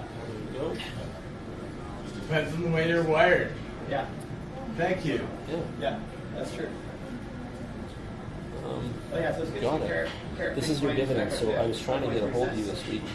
But I think I should put your cell number on my phone. Maybe I'll give you my phone. You can add yourself. It's okay. Hold on. That's overwhelming. Delete all those other groups if you don't care about them anyway. That's what I did. I don't even care about that stuff. Yeah.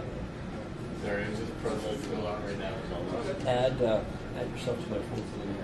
I wish I had tuned into what you were saying. Okay. Where's Nick? Nick! Carrot bars. It's in the top 30, Nick. KBC was one of the top 30 gainers. It's gonna be at top 10. And if you guys want to check your phones, just you got to pull down on the app, and then those coins will load in. Good. Oh yeah. I'll look you up. Okay. Awesome. Thanks for coming. Cool. Thank you. All right, we're still going around the room. Gentlemen in the back. What's your name, Gord? Oh, yes. Gord's talking now. Everybody, go ahead.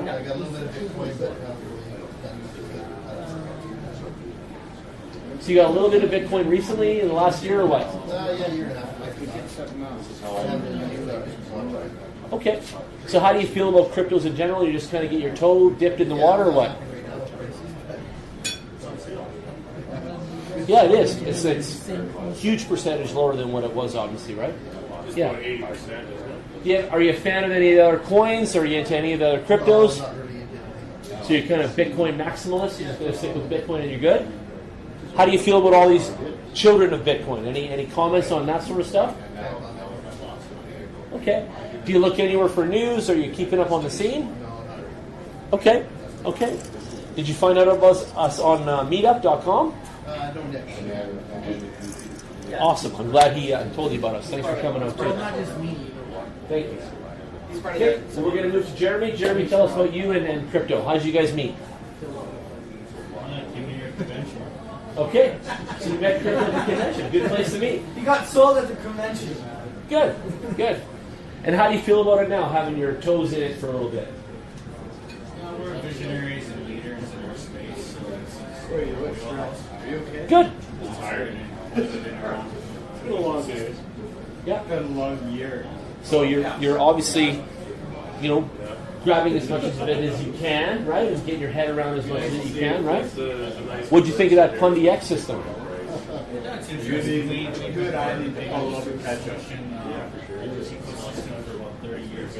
Yeah. Bringing this to have our own credit card license, prepaid license. So, what we need is use the card to create your forms. We don't have these That's yours. incorporate that into your device. What do you feel about the card part? You think the phone's enough? I think it is. Everything just on your phone. There's 24 hours. I agree.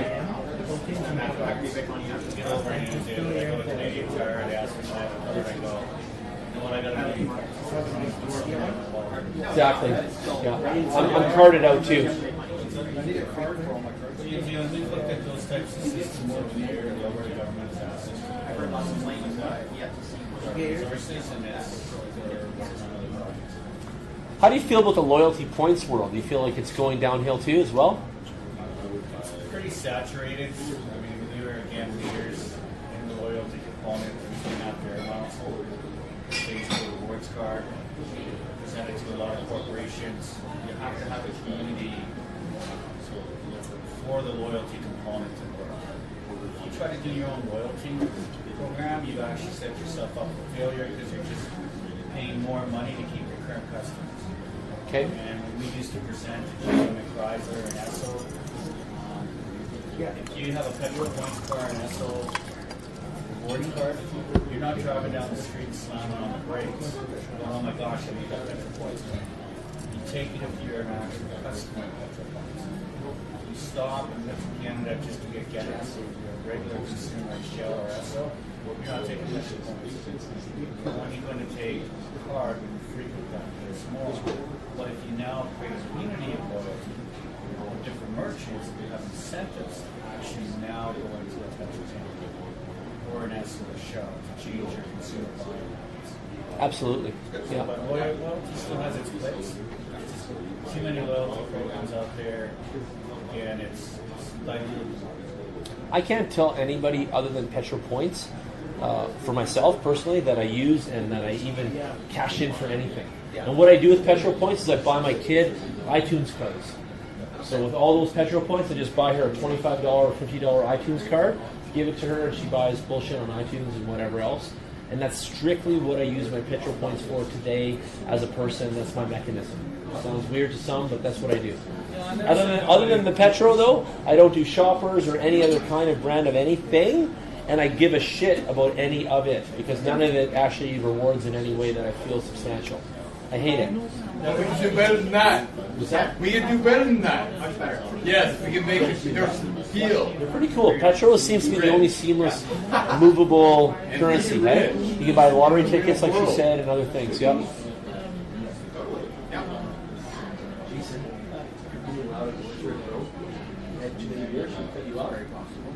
Sorry for being loud.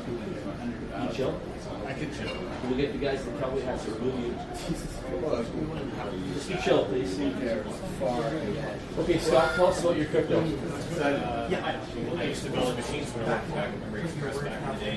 Most stations knew very little about it. People would come in and want computer with 10 video cards in it, whatever. Be like, okay, sure, why not? Yeah.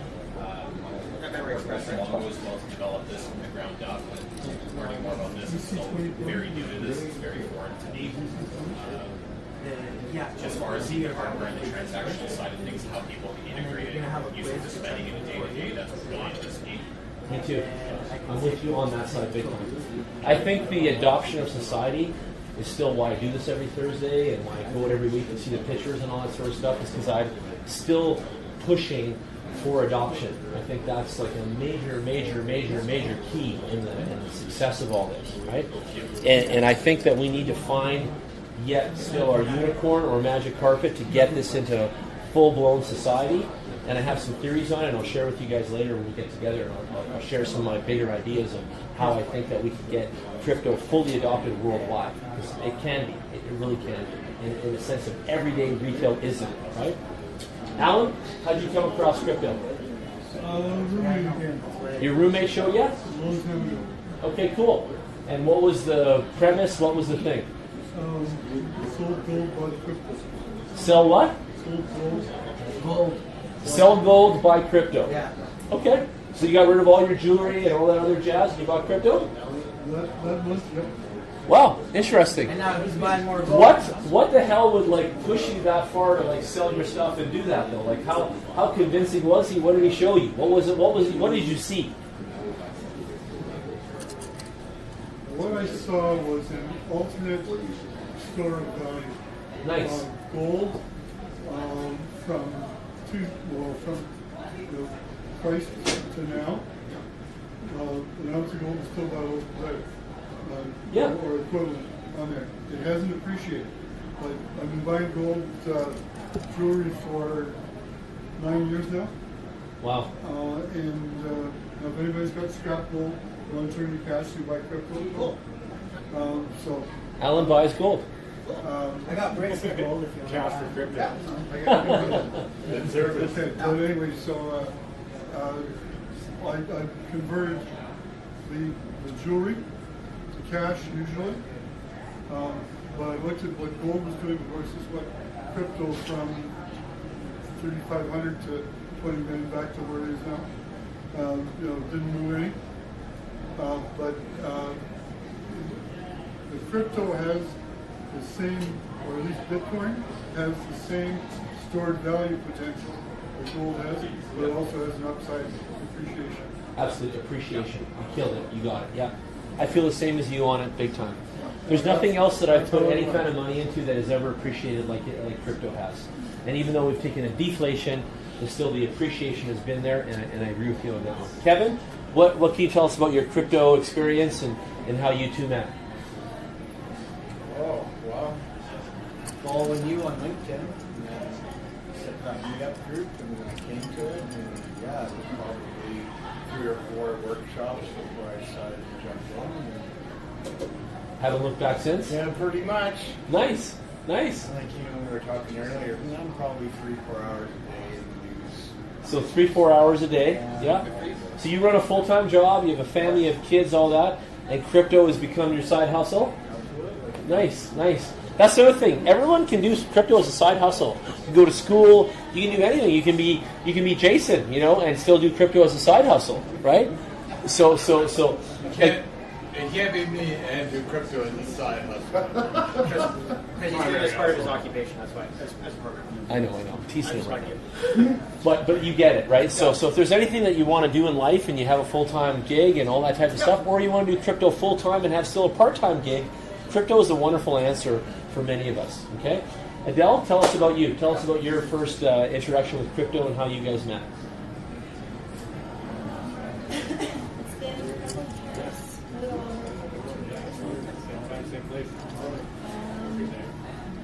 This filmmaker I follow is talking about it a lot, so I got into it and I think about it. Yep. I was going to live it and Cool. I remember you telling me something about Cafe Blanca or something, where you saw the ATM and you bought a little bit there or something like that one time? No, I didn't buy Or just you were looking at the prices or whatever? I was like, I was going to buy $600 worth of Yeah, she saw Bitcoin was worth $600 at the time, and she thought, like, who the hell would buy something like that for $600? It didn't click, you know. It's like, why? Why would you even do that, right? I get it. And then later on, you're like, holy shit, now I get it, right? That's awesome. Nice. Thank you, Rob. See you soon, okay? Yep. Text me. Rob has actually bought like a delivery truck, and he's converted the entire box of it with a full wrap, which I'm wrapping for him, and he's putting a Bitcoin cryptocurrency office in the back with couches, multiple monitors, wireless internet, and he's going to go around and talk to people about the cryptocurrencies and all that sort of stuff. He's really adamant. He was showing me all his stuff on his phone tonight, all his plans and all that. He's going hardcore, and he wrote me this testimonial that it was all that I sent him on his journey. This whole workshops every week has been the catalyst of sparking him to do this. Like, he's just a monster, right? It's so amazing to see everybody doing their ideas and doing their thoughts and all that good stuff. I totally wish you guys all the best and all of your ideas and offshoots from crypto, because I feel that it's there's what I always say, there's enough money for everybody, right? Like, think about it right now. Crypto is massive, and if it's not about money, but it is currency, and whatever other topic it is for you, right? Then there's a lot of that too. There's an abundance of everything. So whatever your attachment is, you're going to have a lot of love in there. Okay. Real quick, CoinMarketCap for the new people. You can go here and you can see they're recently added. I like to look at this list all the time. I'm pretty much in here every couple days, and there's always cool things that go on, and then I find out why they're here. And I also look at their market cap and how they break through, okay? And things like Business Credit Alliance, I bought a whole bunch of that, right? And you guys probably are looking at that like, why would he do that, all that sort of stuff. But Business Credit Alliance is loaning crypto, and it's less than a penny right now. And these guys are all over it, and they have a really good plan and a business model. And they're really small and unheard of, if you will. But you can see here on the chart that they're actually blowing past Bitcoin's economy. They've got a velocity that's a lot higher than most people realize. Look at this. Look at this buy-in right here. It's kind of massive, okay? So Business Credit Alliance on the new list is the only thing that I've bought lately. But I wanted to show you guys that, because that's what Thursdays are about. I always show you guys what I'm doing.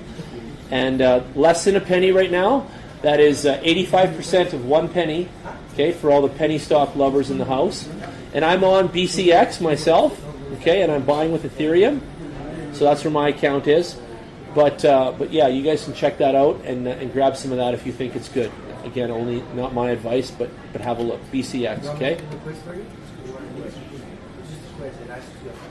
And I'll show you one more thing that you guys might want to look at. When you're looking at recently added, you want to see what the market cap is like. So you can click that button, and this is acting like a spreadsheet. And a lot of people just look at the numbers; they don't realize it's a live spreadsheet. But I just clicked market cap there, and it shows us our number one big boy in the house. And what is it again, Nick? Bitcoin. You got it, SV. Take a look. You've been right all week. He's been right all week, by the way. And I always give credit where people are right once in a while. Awesome. Even if they're total meatheads. He's not a meathead So at yeah, if you all. want He's to not a pay me meathead at all, whatever but he's I been trade, right I'm about available. crypto all week. Seriously. Yeah. Nick's been right about Bitcoin all week. He's been like cheerleading it, you know, and I've been listening, and away you go. So there you go. So the number one stunner of the week has been. Go to the 7-day forecast. That was 126% or 100. Yeah, I showed them earlier. You're smoking out there, but I did. Yeah, Yeah, I did bro. show them. Yeah, man, it's amazing. You literally could have bought it at $28 and fucking sold it at 100. So look at that for a second. So Bitcoin Cash forks. We get Bitcoin SV, and then what was the other one? Satoshi Portal, or no, that was that one. What was the other one? Satoshi's, yeah. No, this was Satoshi something, and the other one was what? What? Satoshi Vision and Satoshi Vision, and the other one. See, we don't even know. We don't even care. That's my point even there. Look at that. It's so like in the dust, no one even cares. But it's like VHS and Beta. It's like Coke and Pepsi. There's always like a winner, you know, and Bitcoin SV is the winner. That's just how it is. And I can't control that. No one can, but the market does.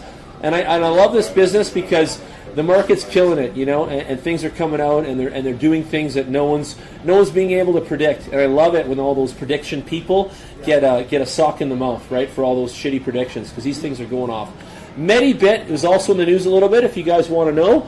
It is way back here at 18 Satoshi. Incredible deal. If they do even just 1/4 of what they think they're going to do, this coin could go major places. So write that one down for you guys that love a little extra tip as well. Do your it's called MediBit. Yeah, and then do a little homework on that one too. I was reading up on that one last week. Okay, maybe we can switch gears. It's 9 something to Zamongo. You guys want to throw some stuff up here and talk about your thing? Yeah, we can do that. Let you guys. You want to bring your laptop again, Scott? Yeah. Okay. I'll shut mine down. I'll leave it on, but I'll just let you guys plug in here.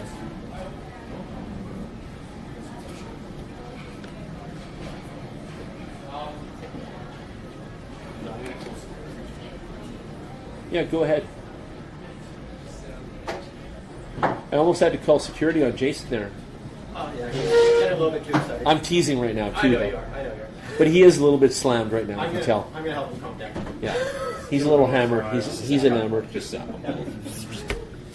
and that's only the second time in 64 weeks we've had someone a little sauced up. And listen, people sleep on my couch. Like, I don't care about the hammered part.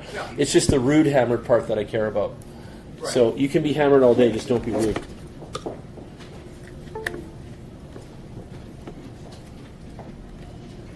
There you go. Rock and roll up.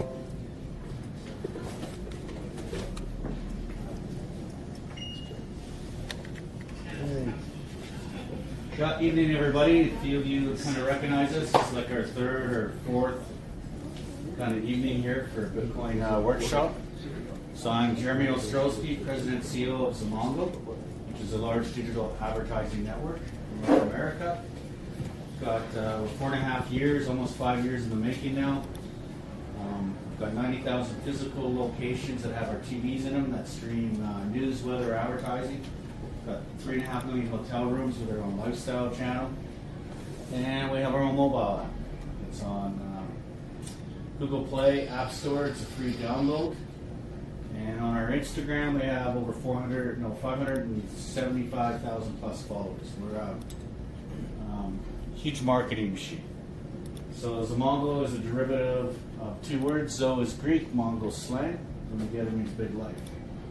So we're going to show you some videos about us living a big life, on how we're bringing opportunities to the masses.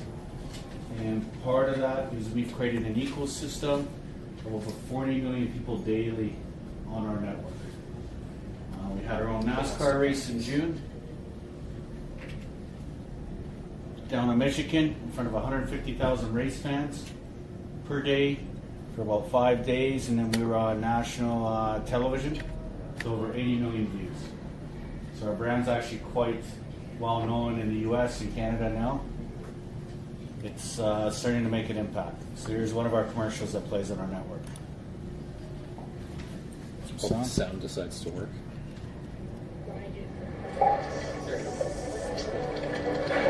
Double dang it.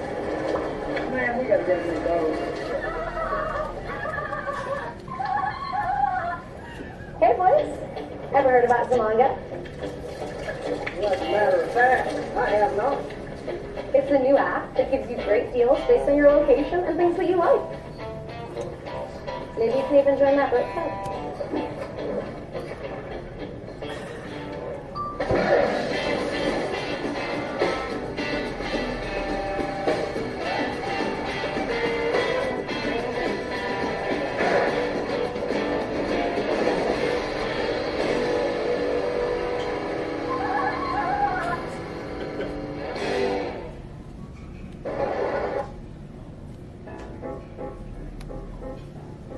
Girls, I made y'all some cookies. Girls, I made you some cookies. What are y'all looking at? Grandma, we're on Zamongo. What is Zamongo? It's a new app that sends you exclusive offers based on your location. You can get great deals on anything you can imagine. Let's go. I just did a 2-for-1 for nails. Well, how can I get that? It's on the App Store. I put it on your phone last week.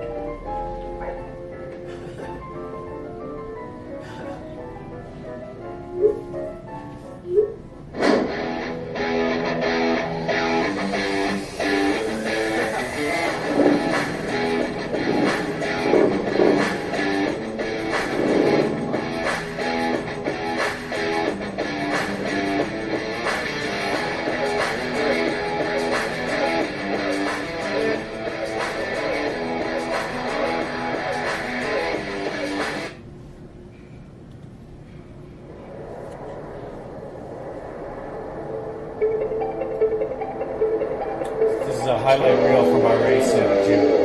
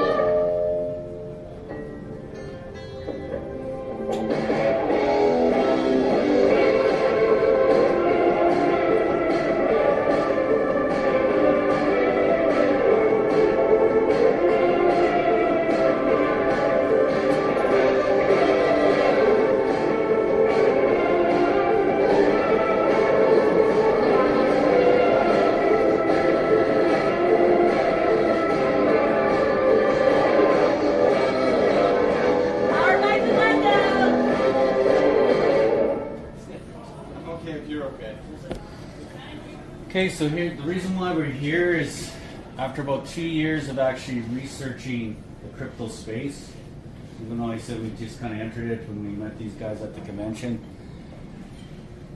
We did a lot of research. We wanted to figure out a way to utilize our ecosystem of all these eyeballs, all these people that are using our network. So we decided to actually do a spin-off called MongoCoin, which is a play on Zamongo. from doing that, we actually have a two-tiered system. Is we actually are going to launch our own utility coin token.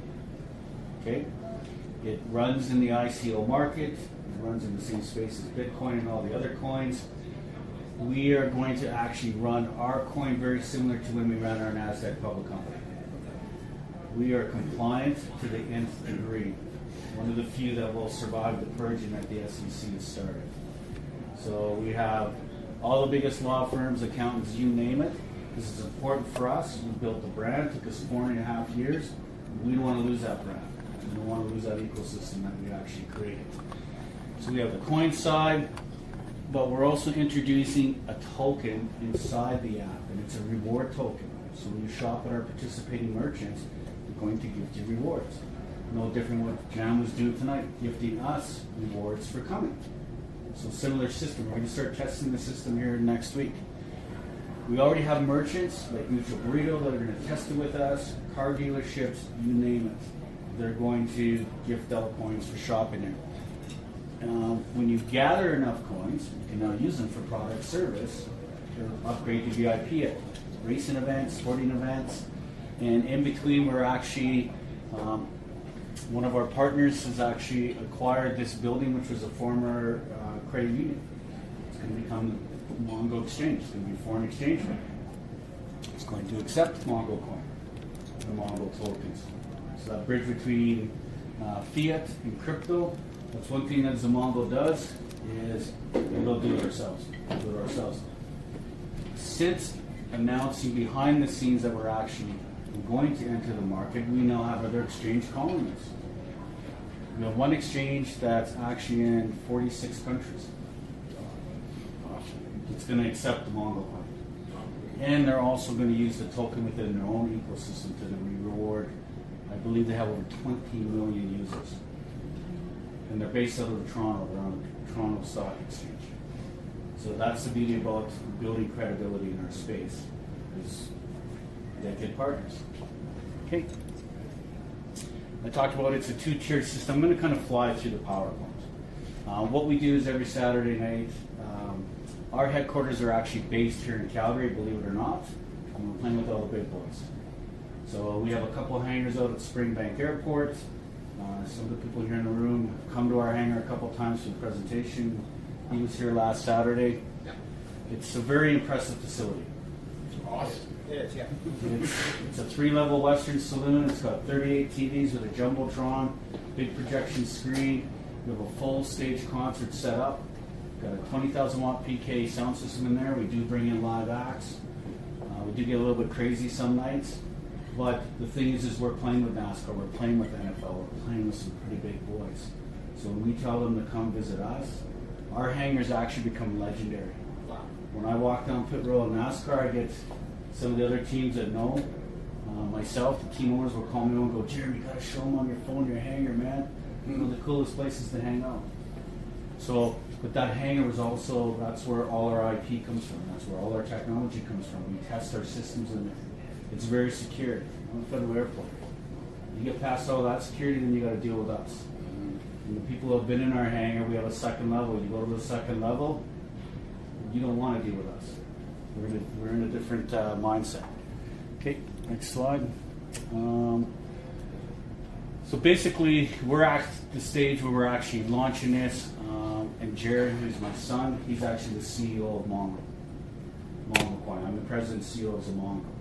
My role is with Zamongo, and Scott here is a senior project manager for Zamongo.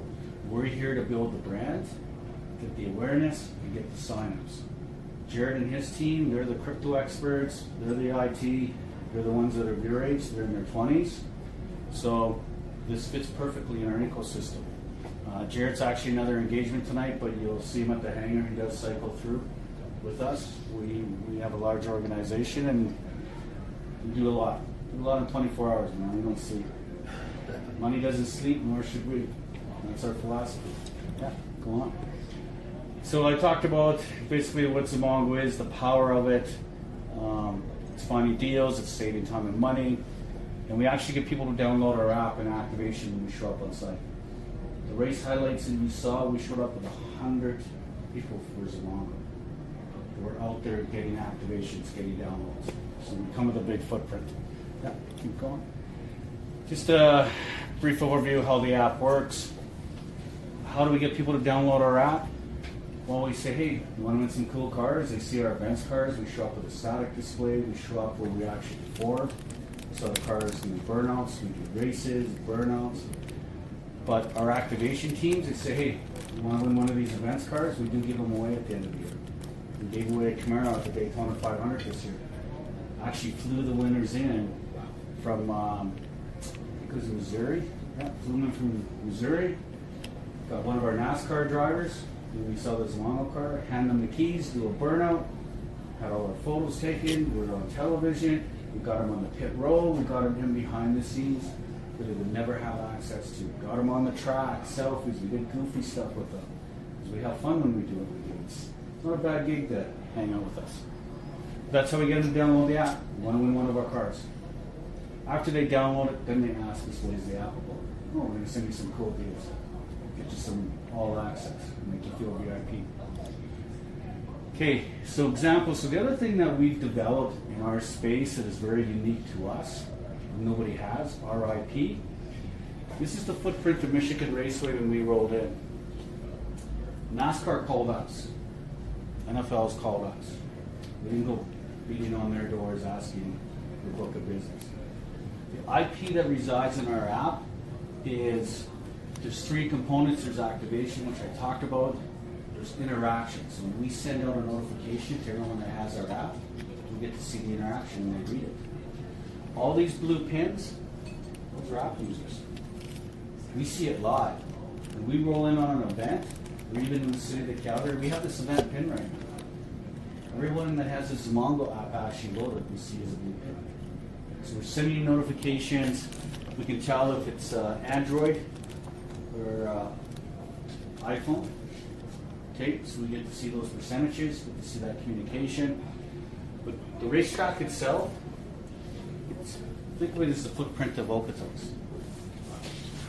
Okay, the track is a 2-mile track. On the outside, 150,000 party goers hang out here for 5 days.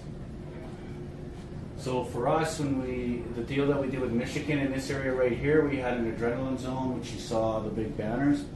That's where the Camaro was performing, X Gamers. So we actually come with our own events team. It's like Red Bull and Monster Energy drink and high octane, because we're actually giving the people something of value and use, not just sugar. Over here, we actually took over a party deck. The Budweiser party deck, we rolled in with a 60,000 watt PK sound system. And some of the top DJs that roll with us. So that's what happens when we come in on an interactive, full performance. We do show up locally at other racetracks, car shows, events. We support nonprofits. We show up with static displays. We'll roll in with 4 or 5 of our vehicles. We'll roll in with our sound system, hand out swag, and just get that excitement. So that is the technology that Zamongo has proprietary to us. It's live. It's real-time analytics. Pretty powerful stuff. Are you recording locations when the app isn't open? We are, yes. So every 60 seconds, my phone's telling you guys where I am? We do. We do, but we don't. Yeah, so here's the cool thing. We do not sell or share the information of the user to anybody. It's proprietary to us. If you want to run a campaign to us and you want to hit a certain age demographic, males, females, postal code, will you pay us for that? And we send the message out to you. We do give our merchants a dashboard to upload their offers, and we put in the criteria who they want to send the messaging to. And then we monitor that. Then we come back with recommendations of what worked and what did not work. We've been in this space for over 30 years. We started with prepaid credit cards, and then we did a credit card program with MBNA, with the loyalty engine attached to it. We sold it to MBNA, then we got into DVD kiosks, second largest to Redbox. Took that to the NASDAQ. Then we got asked to come in and do this digital network, and we just took it to another level. And we're going to take it to another level with the coins and the tokens. We're innovators, we're visionaries, we're always ahead of the curve. Okay, So right now, Instagram, I think I checked this morning, we're 578,000 followers. NASCAR just finished its season, but now we have enough of a machine that it grows organically. Okay, next. Here's how we built our brand in 4.5 years. We spent $20 million. You can try and grow it all you want with your social networks. You really want to get big, you want your brand out there, this is what it took for us to start to hit that level now. $20 million got us to NASCAR, gets us 80 million views on any race weekend. We've got multiple cars and teams that are in NASCAR. We are on TV shows. So here's Jarrett, here's myself with Jarrett. We have this diesel rat rod. It's been filmed on Vegas Rat Rods twice. If you go to our YouTube channel, you're going to see us picking up the truck. It's an 8-minute video. Okay, so Jared and I, go back a second. So basically, Jared and I are on some of the TV shows. We're the guys that roll in and get these guys to build cars for us. Just so happens they're friends of ours that have the TV shows. Steve Darnell, Vegas Rat Rods, he's got, I think it's 60 million viewers. They watch the show all the time. Dave Atkins, another good friend of ours with Toy Makers. His show is global with 150 million viewers. And we've been on both shows.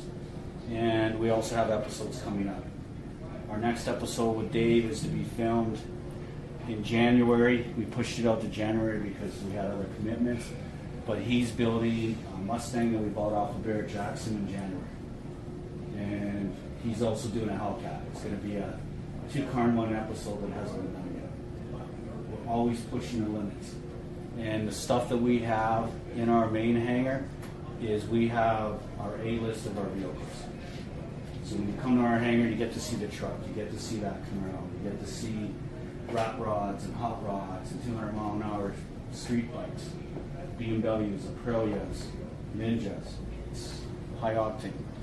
Yeah, so we have over 200 million people a week that see our brand. We actually perform in front of live crowds. Our two biggest crowds was 300,000 for Harley Davidson that brought us in, and for Daytona 500 was 500,000 plus. So we're used to the big shows, but we're also used to it if it's just a room like this.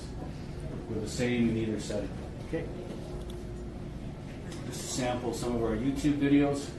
We have multiple commercials.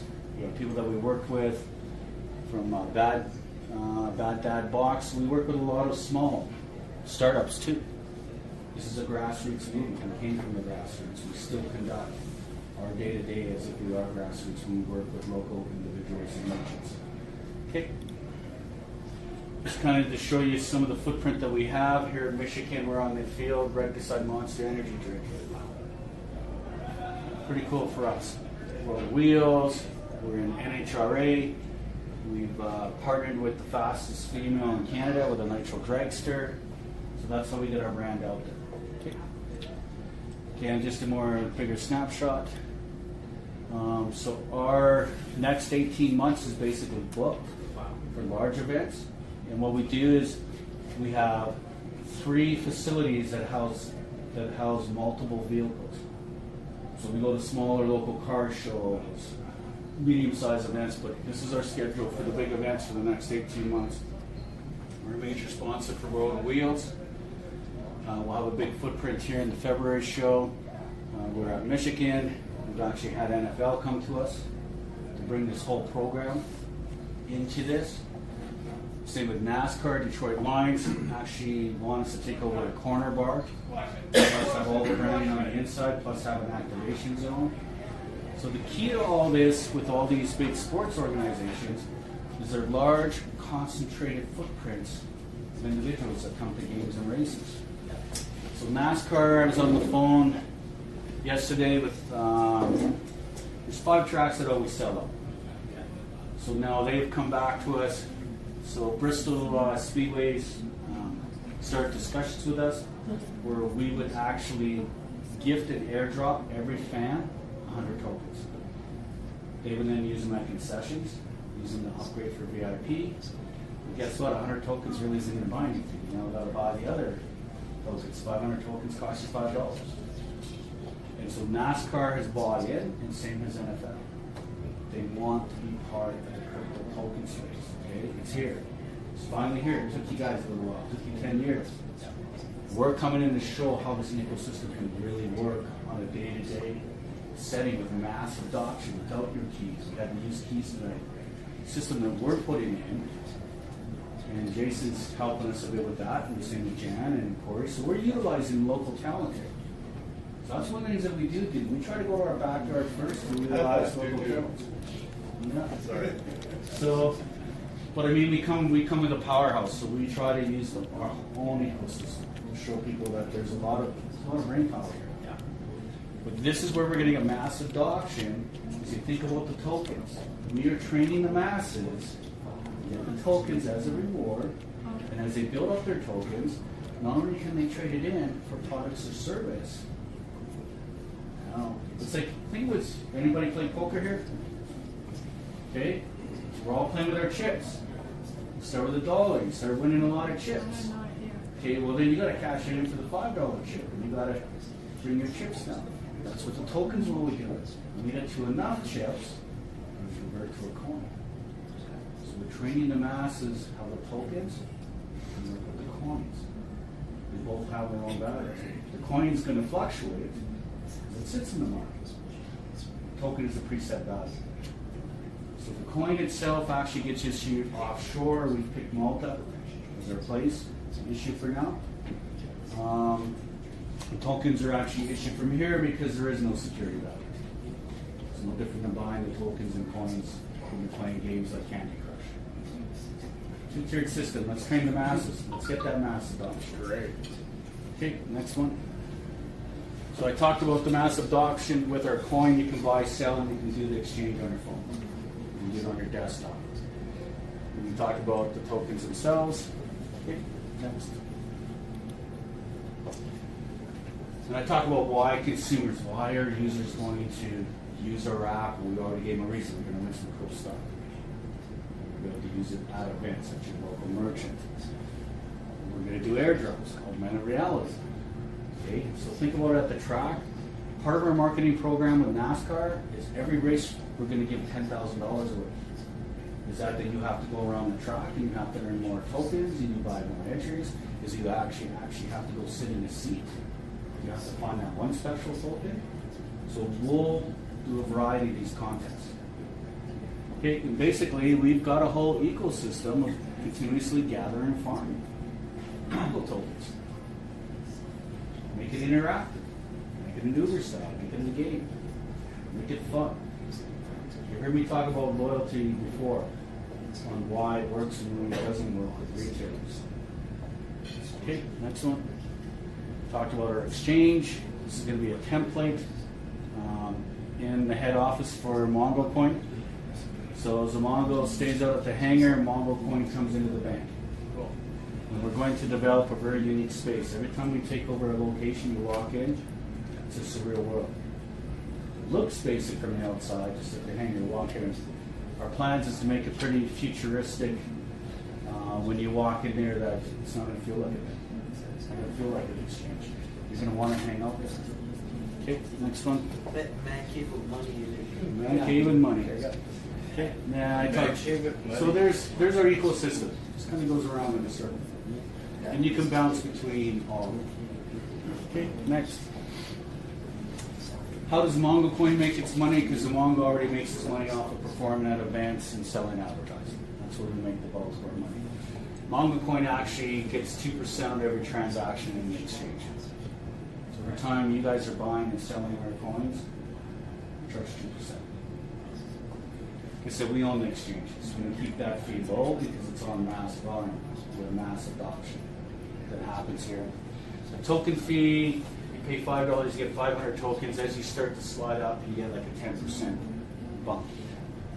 $5, $10 gets you $1,200. You get to $100, gets you 13,000 of our tokens. It's a super deal, and we've built in a 5% transaction fee that comes back to the company. Here's the beauty. These are the tokens that the merchants are buying in NASCAR and NFL. They actually have to buy the tokens from us. So there is a value that is with it, but we make 5%. We already know in $1 billion, we're going to make $20 million on the exchange. We'll make more money on the token side because it's larger volumes. make 50 million on every bill you do. Okay?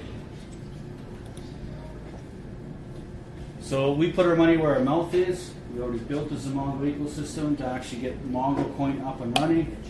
3 of us threw in $5 million. I committed $1 million from Zamongo. Jared, your CEO, already had assets. Market his butt off in Zamongo. He leveraged those assets. Leveraged $3.2 million to get $2 million cash. Not too bad. The bank, McKinsey Corporation threw in 2 floors. It's $2 million. Okay, so next one. So here's where we're at right now. Here's the thing: is we actually control the price of our own coin. It's our product. It's our ecosystem. So right now, we're actually getting ready to close off. I would say by December 15th, we'll close off the first round at 20 million, and it's at 5 cents. And what we've done is we've already pre-sold a bunch of coins. And Nick, later on, Nick and his company has actually pre-bought a bunch of coins from us. And then he's now reselling it. Our next level, which is the pre-ICO, actually goes to 10 cents. This is all calculated in euros. When we go to do the ICO, which will be in the late first quarter, early second quarter, we launched this on the ICO to be 50 cents plus. And this has already been pre-calculated. We already have institutions, which are your large brokerage houses. Remember I said we were part of the NASDAQ? We already have institutions and brokerage houses that want it. So we're selling it to them at 50 cents. So you figure out, you know what they're going to do once it hits the market. Because we're running it as if we were on the NASDAQ. With compliance and the same strategy. But here's the nice thing: we are putting in safety mechanisms so that these institutions can't do it. Okay. And if they try, we'll be able to pick up the algorithms. And we actually control them. We don't need them to make our stock volatile like a Bitcoin. Kid yourselves for a second. All this has been manipulated. Yeah. You got your short traders, your day traders, you got your institutions. You can't tell me when someone rolls in and buys $200 million worth of Bitcoin, who can afford to drop that? An institution or someone who's got bricks of money in South America? Okay? That's how it's manipulated. And it's driven on actually press releases. Just start coming out now that your top guys that promote Bitcoin have been paid. Yeah. Everyone gets paid to be part of this. Yeah. It's how you control it so that the masses do benefit from it. That's what Zamongo was built. Zamongo was derived 8 years ago. It's a movement. We wanted to create a movement for the people. Okay? We're not here to cash up as a corporation. We make enough already. We share the majority of our profits with our partners. I'll tell you right now, everyone else gets paid first before Zamongo gets paid. It's something we've done for 30 years. And this is what Zamongo is all about. It's empowering people. Big life. It's all of the big life. You're seeing that gap now. You're either rich or you're poor. We're trying to take middle class away. We talk about governments. We talk about banks. Governments are professional thieves. Yeah. It's called for what it is. Their purpose is to look after us, to provide us health care, education, opportunity. Their job isn't to come in and tax us 70% and call us names for doing it. We want government to go back. And we actually get to sit with people in government. And we look at them and say, you got to stop doing this to the people. Help them. Don't steal from them and get away with it. Because if I buy 5 paper clips and my auditor finds out I buy 6, I go to jail. Yeah. Billions of dollars are siphoned off because they're not held responsible for it. We are. That's why we like the crypto space. It's ours. It's yours. We just want to be the people that make sure everyone plays fair, at least in our space. And that's the thing, they are regulating this space. It's going to become another market. And they've already started it. So we're hoping that our system will work within the confines of that. Okay. It's just a budget for the 20 million. The majority of our money actually gets spent on promoting and building this. It costs money to be a NASCAR too. It costs money to be in the NFL. You actually pay to play. But we pay, we play, they pay us, we get to see results. It's a trade-off. Okay, next one. We kind of have a bit of a roadmap. We started our SAFT actually late in November. It's only about 2 weeks into it. We'll close it off. All the paperwork will be done by the end of December. And then we start our pre-ICO. We can actually, at the rate we're going, we can actually have our ICO stamped by the end of December, early January. Then all the fun starts. Guess what? We're already getting ready for the NASCAR season. Okay, February and March are the biggest months. February is the biggest month because you have the Daytona 500. It's a Super Bowl in NASCAR. It's 550,000 fans on site. And it's a full week of racing. And it's actually a 2-week build-up. You have the Super Bowl in there, so we actually want to do marketing during Super Bowl week. We continue that on. Got the most eyeballs on us. And that just continues on. So we constantly just build and build and build and grow this. We've even got a plan out to the second quarter of 2020. For shits and giggles, I think we'll be at a point where we can have our own satellite. Sweet. This is how we think. Launch this a Mongol car and we will. Mars and I'm tempted to exclude satellite provision. All right, Elon Musk, we beat you, sucker. Okay. Join the club. Well, we'll probably buy out Mars. Yeah.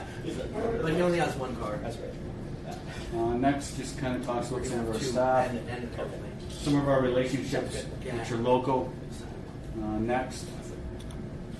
So we have Gallagher International, is one of the largest international law firms, big powerhouse.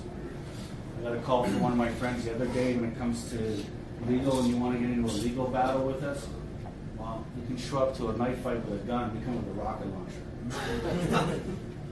Helps too that we're of Russian descent, so we just have a different mindset. Next slide. Don't scare them now. Next slide. Take my money, please. Don't hurt me. Okay, so here's what Nick and even Chad and his team, they're part of it too. Yeah. They've already pre-bought coins from us. Okay, so we thought we'd be super nice. We're the bank. We already have a preset amount that we're issuing. It's what is it? How many? 4 billion or something? It's 4.4 billion tokens. Yeah, it's a few coins. It's a few.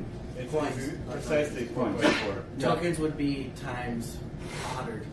Oh yeah, yeah. So the tokens actually will get issued, but the coins itself. So we've already done a preset amount. We already know with our different rounds. Coming out on round 3, it's a 1.2 billion market cap. And we built this whole model up to $10 billion. We can even go beyond that. This is an international play. So we already have FIFA and Formula One talking to us. Wow. We've already secured soccer clubs in Brazil. So this is, North America's cute and all, and it's baby steps. It is. This is our testing grounds. This is for the world. You're right here, you get to talk to us right here, right now. That's awesome.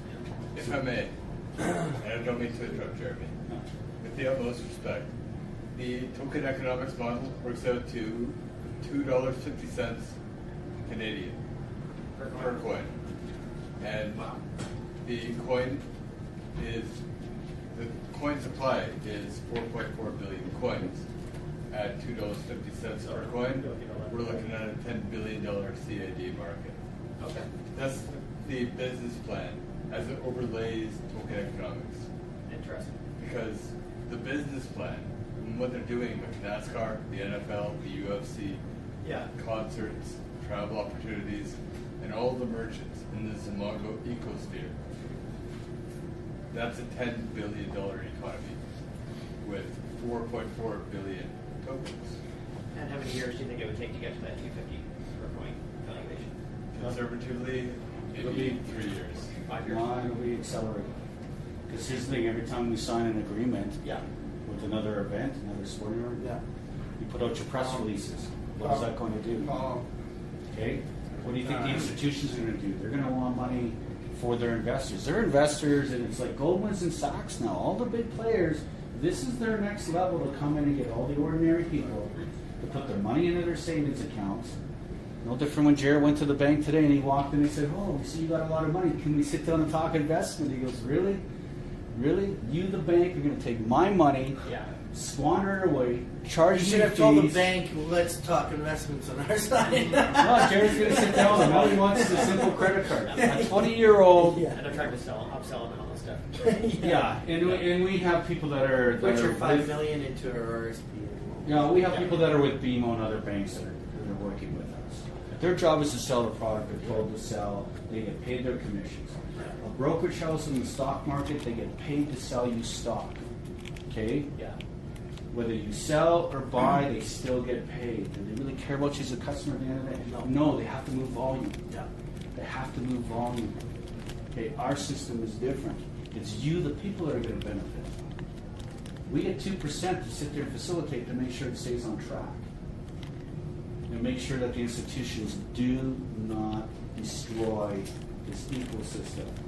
Because they are coming. We knew they were coming. We have people that have actually sat at a forum, private forum, with the World Bank, with the Federal Reserve, with the Vice President and President, former, United States. They've told all these institutions this is coming. That's why they're regulating it. It's coming. It's going to be the next catch. Because they got to remember, they got to move volume. Plus, you also want to get control over crypto. They don't like that you guys are out there actually buying They crypto. want tax money.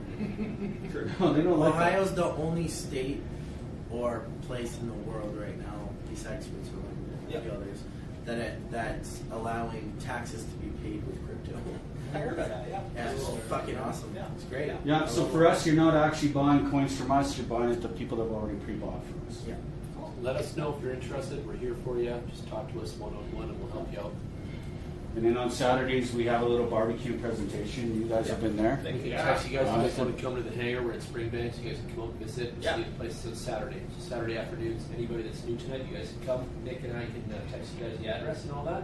Come out to the airplane hangar and come see what we do every Saturday. It's a good time. Then we're done the presentation. I grabbed some bourbon and cigars. Yeah. So basically, what Nick and Chad and his team have done, for every Canadian dollar, their discount, because it gets converted to euros, becomes $1.50. So instead of getting 20 tokens, you now get 30 tokens, or coins, sorry. Is you get 30 coins on your dollar investment, on your purchase. It's not really an investment, it's a purchase. Okay, so from that purchase... Yeah, who gives you 50%? That's the key distinction to say it's not an investment, it is a purchase. Yeah. The business plan behind this says that that token should be worth $2.50 based on the business model. Yep. Not that there is a dividend to be distributed, not that there is ownership of an asset that works as collateral. And this is not an investment advice either. No, you've made a Just purchase. say a purchase, 5 cents per token, on a business model that should be worth $2.50 per token. Yeah, because the next level, once we stop the SAF, you go to the next round, it's now 10. That's where we're selling the coins, is at 10 cents. When we get to the ICO, we sold the coins at 50. After that, it gets released to the market. They decide what the value is. You guys decide what the value is. It's a pretty cool opportunity. We've taken our experiences from all these different entry points that we've played in, and Calgary's been our home base for over 20 years now. Why did we choose Calgary? It's a pretty cool place to live. Why? Because when we go out there to all that chaos, we come back here, it's quiet. Okay? We get to go to the mountains. We get to get in our fast cars and go fast. We get to go hunting and fishing and hanging out with people and eating in nice restaurants and having these meetings. This is tranquility for us. When we were sitting at the bank today, you want to talk about frustration? All I had to do was get 3 bank drafts today. 20-minute procedure. A new branch opens in Cochrane 2 effing hours later. Yeah. Just to give us 3 bank drafts and 2 simple transfers into 2 other accounts. And how many questions later? 100? Yeah, and the thing is, if it wasn't for the bank manager that was at another branch, because we bank with 3 different BMOs, they already knew who we were and we rolled in. What they did, which was a huge mistake, is they passed us off on a trainee. That's what took so long. The verification, the double, the triple, like 10 questions on verification, and finally, I looked at the manager and said, you know our time is valuable. We're now an hour behind schedule. Yeah. Our clients do not wait for us. Yeah. If they say be there at 3, we got to be there at 3. If I have to go for a TV interview, TV ain't waiting for us. So our time is valuable. And I did get frustrated after 2 hours. I said, you know what, you made a critical error. I'm going to actually give you some very constructive criticism. Yeah. Do not bring trainees in when you open a brand new branch. Yeah. There you go. Because you're going to frustrate new customers walking in. Yeah, they're gonna. You think they're going to come back? No. No, they're going to go to your competition across the street. I wonder if we could answer this question around the room in 1 minute or less. What is your time worth? Price? Price? For your time? We'll say like $100 an hour. $100 an hour? Yeah. What do you think? No answer? I'll do $50 an hour. So to kind of wrap it up, we also have merchants that do want to participate. If you know merchants that want to participate, talk to Scott, him and his team. Jan and his team are also out there lobbying for more merchants because we have all these app users that want to go shopping. They want places to actually go and gain rewards. We also have a group here in Calgary that owns a couple, I'll call them high-end used car dealerships, and they move a lot of volume every month. They've come to the hangar to hang out, and they approach us and say, can our car dealerships participate? And we go, yes, we do. We already have new car dealerships, but you're used, so there's no overlap. Since then, they've come back to the hangar a couple of times, and they drink bourbon and vodka and everything else with us. They turn around and said, hey, bigger, better idea. You know, what's that? They go, we want to start Zamongo Auto. Wow. We want to start as a Zamongo Auto dealership. Wow.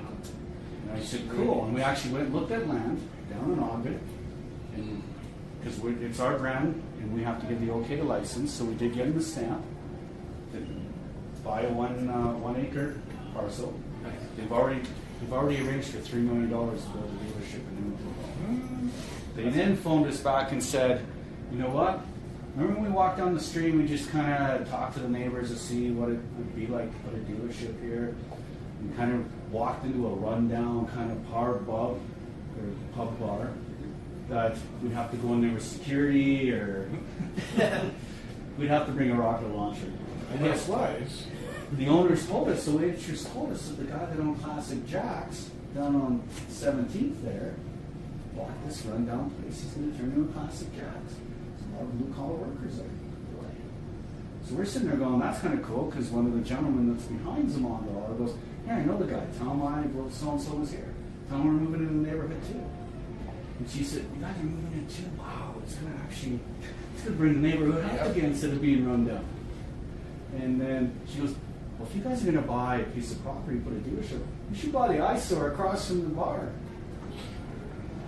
And guess what? Now they've upgraded from the 1 acre, take the piece of property across the street, take a full city block.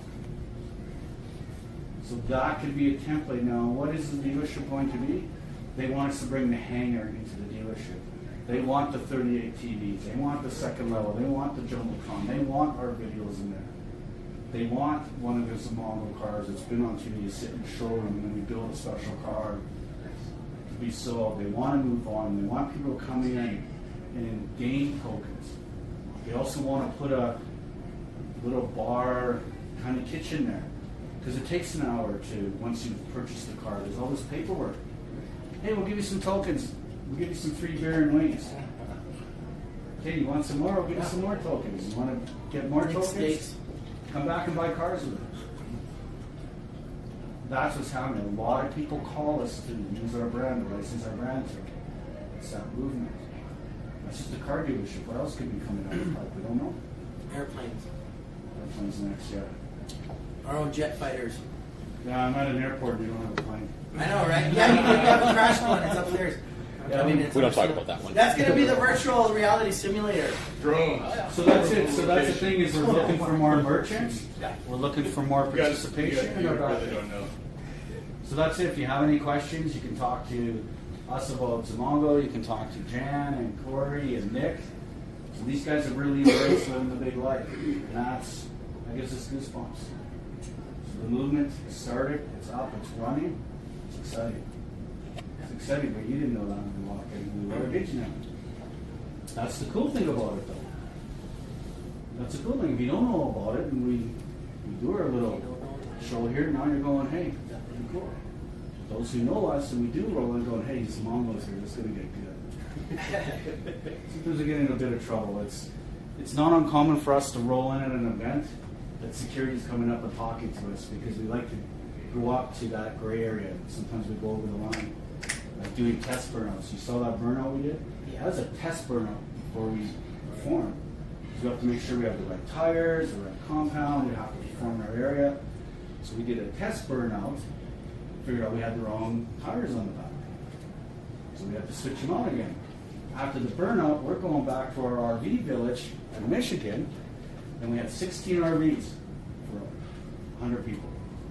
And we also had offsets. So as we're going back, my phone rings, I look, it's the vice president of the track.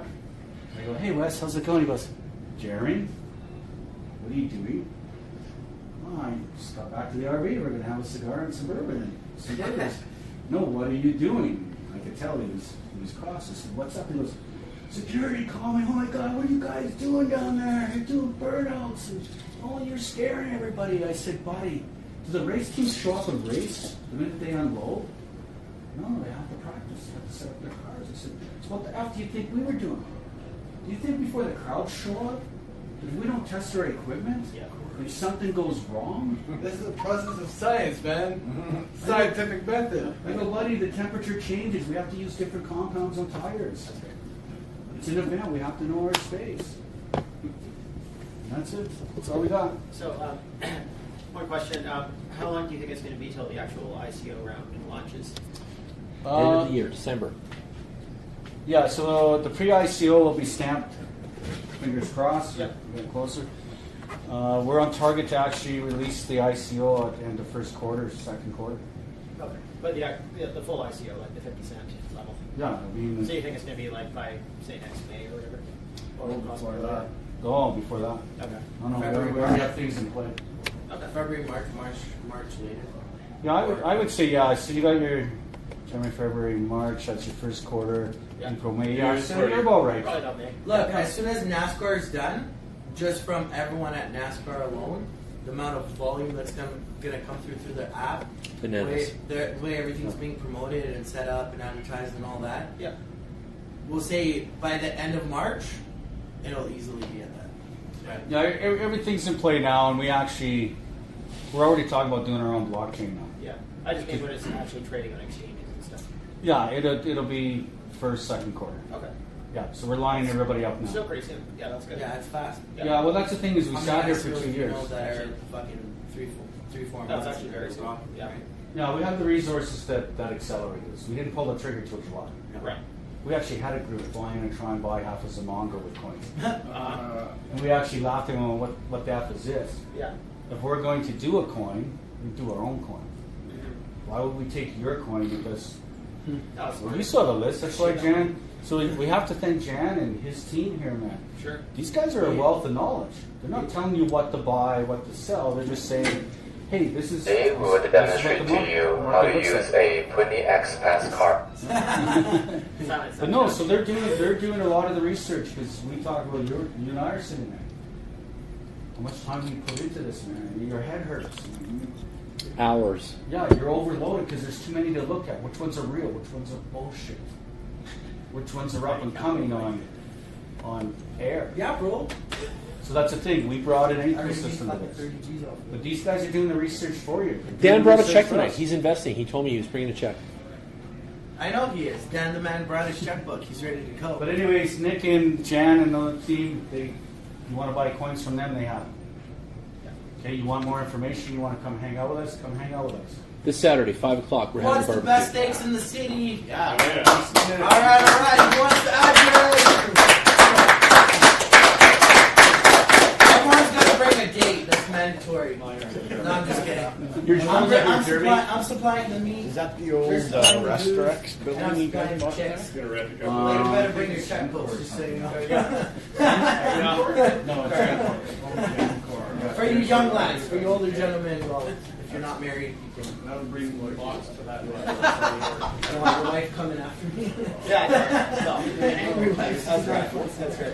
One thing I'll share about Zimongo is that Zimongo is an existing business that does not depend on cryptocurrency. Cryptocurrency is a thing, and Zimongo is a thing. And what we're doing here is taking these two things and going like this. Making one an extension. Close some of your windows, bro. And that is a beautiful thing. The internet here Because sucks. Zimongo Yeah. needs crypto as much as crypto needs Zimongo. If you don't like the bank, buy your own bank. Yeah. Or start your own. Yeah. That's cool. That's been our philosophy. Own the house. It is. Or if you don't want to be screwed by banks, start your own bank. And I truly believe that if crypto died, and it won't, No. but if like hypothetically speaking, on the extreme improbability that crypto died, Zimongo would continue to be strong. Yeah. Because Zimongo does not need crypto. No. And I feel the same way on the other counterparty. Say that if crypto thrived Yeah. and Zimongo fizzled out, which I don't think is likely, Yeah. and I think that's pretty much possible, crypto would still do fine without Zimongo. But the fact that we are here now and we're doing this is power. Don't kid yourself, it's not easy to do this. It takes a team. You're going to get bumps and bruises. You're going to get people that are going to take runs at you. You're going to have your haters. And believe it or not, we already have haters presenting themselves because they're down on their luck and their businesses are suffering. And governments have beat them down, everyone beat them down, and now they're looking at us going, holy shit, they're on the way up. So what are they going to do? They're already starting to bash us and hate us. That's what they do. Yeah. So that's when you know something's right, when you already have haters coming out of the gate. Of course. It's a good point. Well, Yeah. there's an ancient expression that says, show me who your enemies are and I'll show you who you are. Oh, good point. Yeah. It's extremely ancient. Yeah. So, like, you are defined by your enemies, at least as much as you're defined by your friends. Right. Nobody hates on second place. Yeah, you can sit in second for a while. I can't get in this fucking. It's It's not coming up. Doesn't like this, dude. We're just going to enter the race. Just try tethering it to your phone, because the internet's so much faster from your personal hotspot than it would be from the Wi-Fi that's already overloaded in this building. That's what I do. I'm every on time. Shaw open right now. I have like Yeah. full bar. But that doesn't. Yeah, the it's signal the strength doesn't matter. interference. It's the actual bandwidth and the number of people it's sharing with you simultaneously. So it's Even the Gmail's working good. Yeah. It's just that one fucking link. Just copy and paste it in Firefox. Try I think it's Firefox. this. yeah. Just try to manually put it in. Yeah, That it's might just, help. yeah. Is that? Yeah, there you go. Third big try. See it 1 p.m. What you want me to That was a lot of fun. ask wants to make a purchase now or after? We'll just do it now. You're gonna talk about that sheet a little bit, right? So questions for everyone here. I'm Nick, in case you didn't know. Don't mind me, I usually wear a suit and look good, and I look like a gangster, so don't let that fool you. But the reality is you know, this is the best time to get in. So whoever here is interested in getting in now, we can set you up. If you're not, or you're whatever, no worries. You can come, hang out, talk, ask questions this Saturday at 5 p.m. Springbank Airport. So if you guys want the address, come see me, Jan, Jeremy, Scott, any of us. We can give you the address. We'll give you the directions. Yeah, and then we can see you there. If anyone is interested, you can come see me over here. I can get you set up and we can get to work on that. And everything we do is all paperwork, it's all documented, it does get sent to the lawyers, so you do become part of the system. Yeah. And you don't get forgotten. And do you guys want to talk about the accredited / unaccredited thing for a minute? Yeah, Stay up at first. absolutely. Yeah. Yeah. So we have a clause in the contract. Obviously, contracts cost a lot of money to do, which we've spent on that. We've made sure every detail is covered, every front and back end is taken care of. So Unaccredited investors, aka friends, family, brother, sister, grandma, grandpa, anybody that we know, business partners, business associates, friends, anything like that, we're gonna put you in that clause. So none of you have to have 250 grand cash flow, have 1.5 million in the bank, have $500,000 in assets. You don't have to worry about any of that.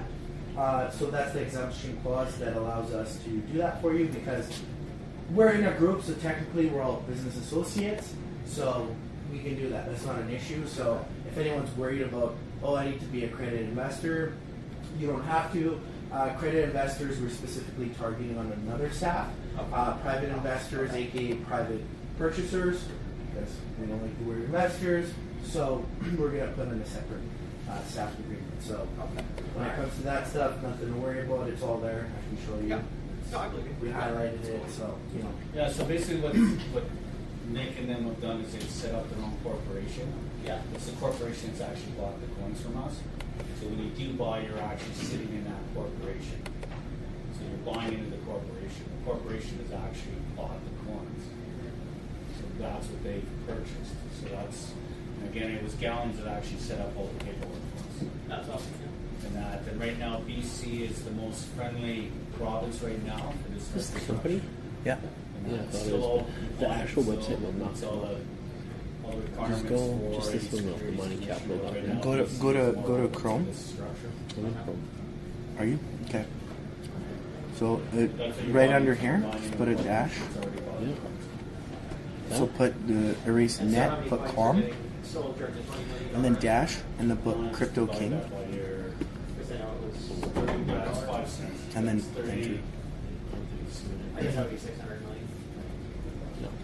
So the nice thing is, because we own the bank and we are the bank, and the rules are, we've done the bond. Will work. I like it. Guys, let's go over that sheet that's on your table there. Just real quick, pull up that one with the orange and the flow chart and stuff like that. Yeah, grab that. We'll finish with that, and then we're going to head out tonight. I'm tired now, too. Okay. Pass me one of those. That's 400 Grab million. that sheet, show your friends. 400 million? Okay. So basically, for all the new people and seasoned people, and guys like Scott that's still getting his head around all this, it's like, what the hell is this? Months ago, many weeks ago, I created this. And in the past, I had percentages in those areas, and that was not allowed, and I deleted them. And I just left open blanks. But what this is the strategy did not screw up your crypto life and your budgeting and your money and your fiat currency and the hard work for your paychecks and all that kind of goodness, okay? But I also wanted to give you guys a bit of a roadmap of what you could follow just for some basic moves so that you don't screw it up, and it's kind of a locked-in, closed-loop system, okay? I designed this. I did not copy this from YouTube or the internet. I've lived inside this closed loop, and it has been very, very rewarding, okay? When the market is actually pulling and doing a bull run, this closed loop system is bananas. The amount of gains that you make in here are real, and I'll prove it to you guys as the bull run comes about. I'll show you guys some of my moves and stuff like that. Obviously, I can't get that other website in the but we'll tell you about it anyway.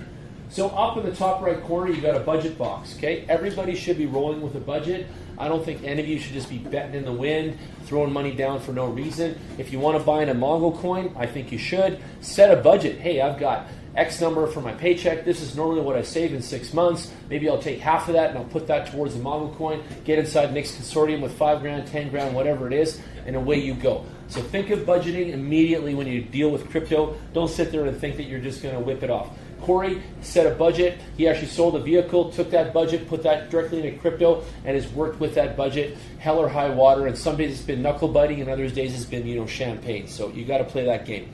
The first box then, jumping down here after you set your budget, is your savings investment plan. Okay? Yes, you can save into crypto. Why would you? Well, let me just show you guys why for a second. Okay? I will take a $100 bill out of my wallet right now. Okay, that's a $100 Canadian. We love this stuff. We can't get enough of these. This guy is going to be 100 right now tonight. This guy is going to be 100 next week on Thursday. This guy is going to be 100 January 15th on a Thursday again, and it's going to stay there. This is the issue that I have with this. The second thing I have with the $100. But it's not guaranteed, though. It might be It's less. not. The second issue I have with the Honey is heavily taxed right out of the gate, and crypto isn't. So we take 42, 44% off the 100. That's $44 just for fun, okay? Now we're left with the change. We're left with 56, okay? We have to make rent and everything else off the 56. Crypto doesn't work like that. Different money again. So first of all, we're being taxed, and then we're not having any gains on this, okay? Then we have to bet what the change is left in the market, the Forex, into other stocks and all those other things, and it's not that easy, okay? Back to crypto. If I gave you $100 worth of Bitcoin right now, whatever level, whatever price it is today, come back and see me January, February, there's a good chance it's gone up. There may be a chance it's gone down too. We don't control the market. But the point is that it's an inflationary gaining with velocity type investment, type security, type situation. And it is a hybrid. It's not just like what you think it is. It's just a money or a currency or software or whatever. It's a hybrid of all those things, okay? So in the first box, I want you to think of saving funds into this type of system. And I've given you the top 3 coins. I've given you Bitcoin, Litecoin, and Ethereum, okay? And in that bottom box below it, you're going to set some percentages. And I'll give you an example. Let's say we put $1,000 into our budget box up left, and then we took $400 and put it in Bitcoin, $400 and put it in Ethereum, and $200 and put it into Litecoin. We would have spent our $1,000, and that would give us 100%. Okay? And in a bull market, and when the market's moving upward, you're going to get some gains. And there's an arrow between that box and the orange one that says move your funds over. And the way I designed this was you take your gains off of there and you move it into the second box and you'd go do some trading. You do some day trading, some doubling of your money, they call it. And then they just call it that. I'm not saying you can do that yes or no, but many people have. Rob was in the back for telling us how he was doing it a while ago. So it's still going on now. In a depressed economy, you can leverage your Bitcoin and actually make gains. Okay? And that's what that second box is about. And you're going to do a percentage of your wealth in that box. And after you make profit, you see that on the top there's an arrow. I'm saying take that wealth out of that box now and move it over to the other box. And in that box, we've got things like long holds, ICOs like Mongo Coin, and future plays and sell-offs. And those are all lucrative areas that you can get invested in and play in and participate in that will give you gains once again. Okay, so let's say we put our funds into this ICO. That ICO takes off, provides gains. Now we have profit again. And the arrows come out. And now you've got a couple options. You can take those gains and move them into a software like Binance or Bittrex, Huobi, or another type of exchange that provides you liquidity, Huobi. And I have a hard time saying Chinese, Huobi. But you can take those gains and put them into an exchange, and you can work on buying other means of opportunity, other coins, other developments, ADA, Ripple, Mongo, just examples again. But you can buy other opportunities with those gains. Or you can follow the chart down, go down and take your profits and funds and put them into passive mining. Now, a lot of passive mining has been bullshit. In fact, most of it has been, but we've got some good players lately. Genesis Mine out of China, still holding strong, does dash all that. And Nick's also got one too, and the name of his, and you can talk to him after, is called Mining Capital Coin, and they pay dividends. And you can open up an account there and get your dividends. Now, a lot of the companies have taken money and not paid it back, USI Tech and other examples, so I can't sit here and be a hypocrite and recommend them per se, but I can say this, that Genesis Mining has not done anything negative, and neither has that mining coin that Nick's in.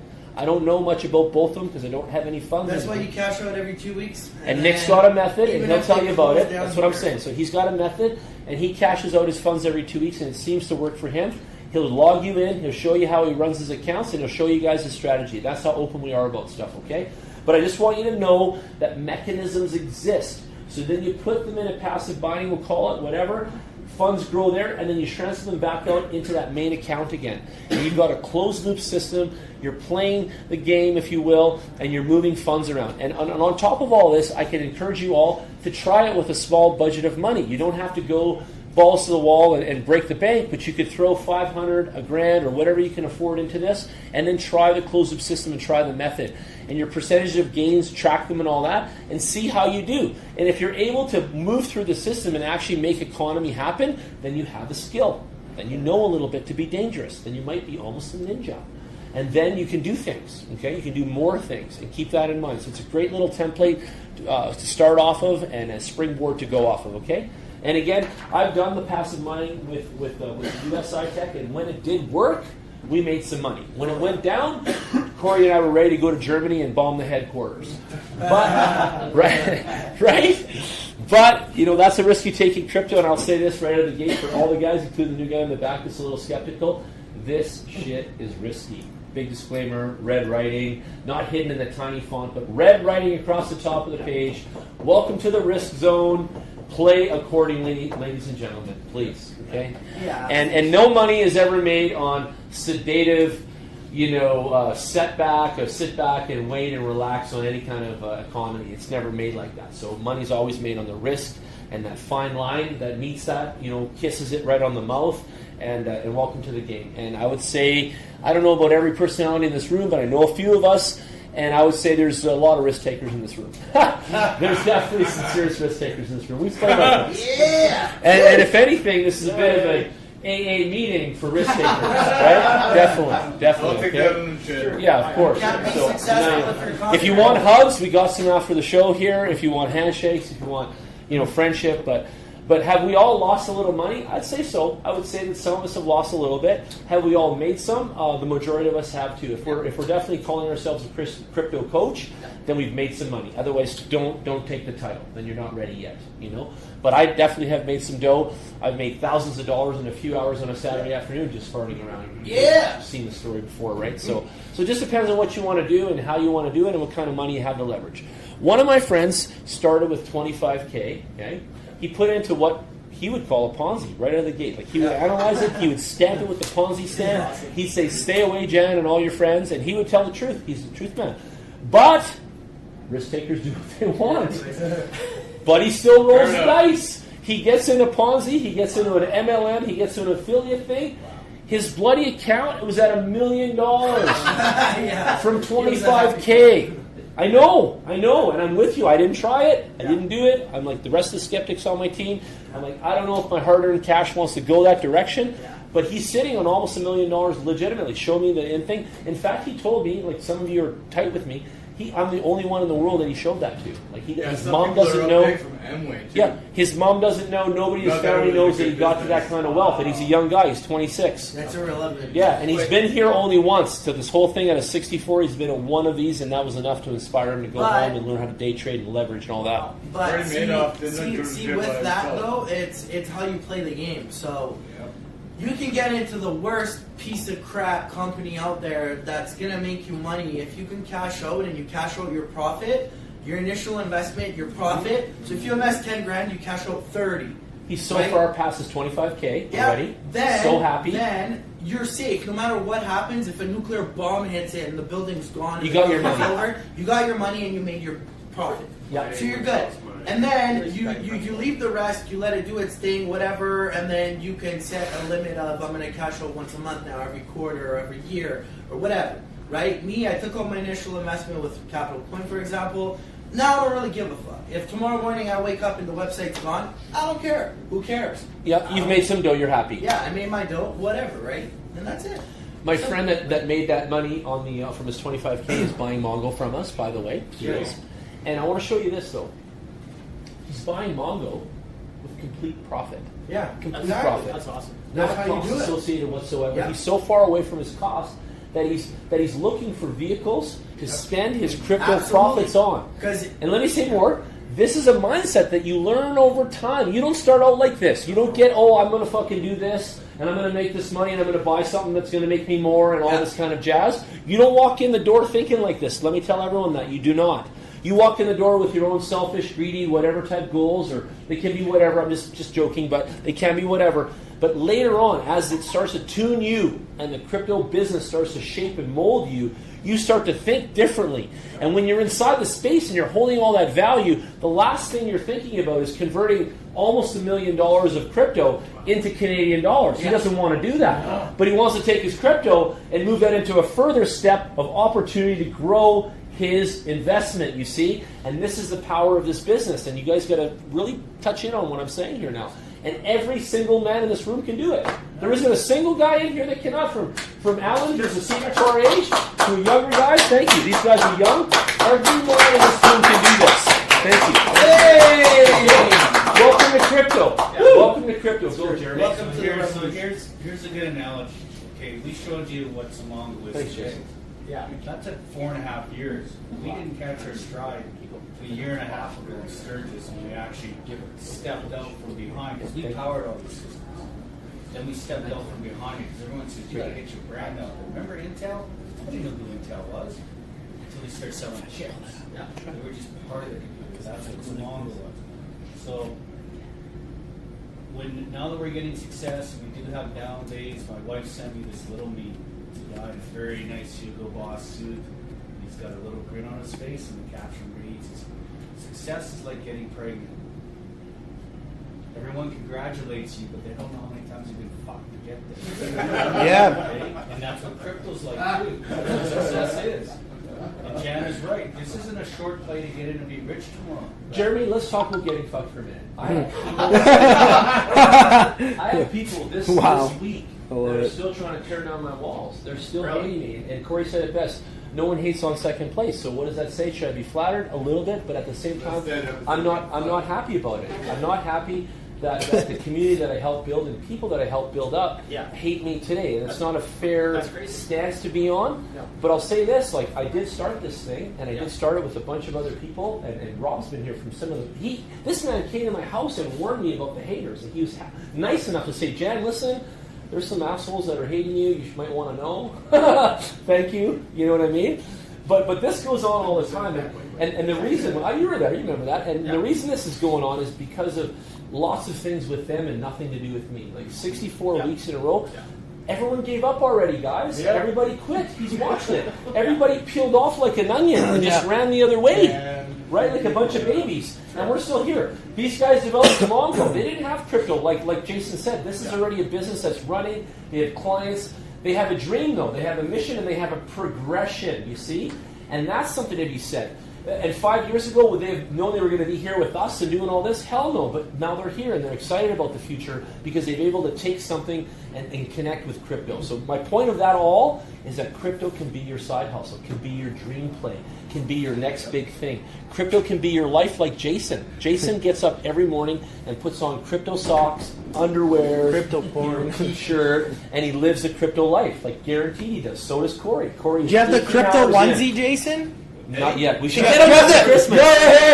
Yo, we're creating crypto swag line, our clothing line. Okay, listen. We're gonna have Bitcoin emojis all over our freaking onesie, and you're gonna get one. But you gotta promote the shit out of it.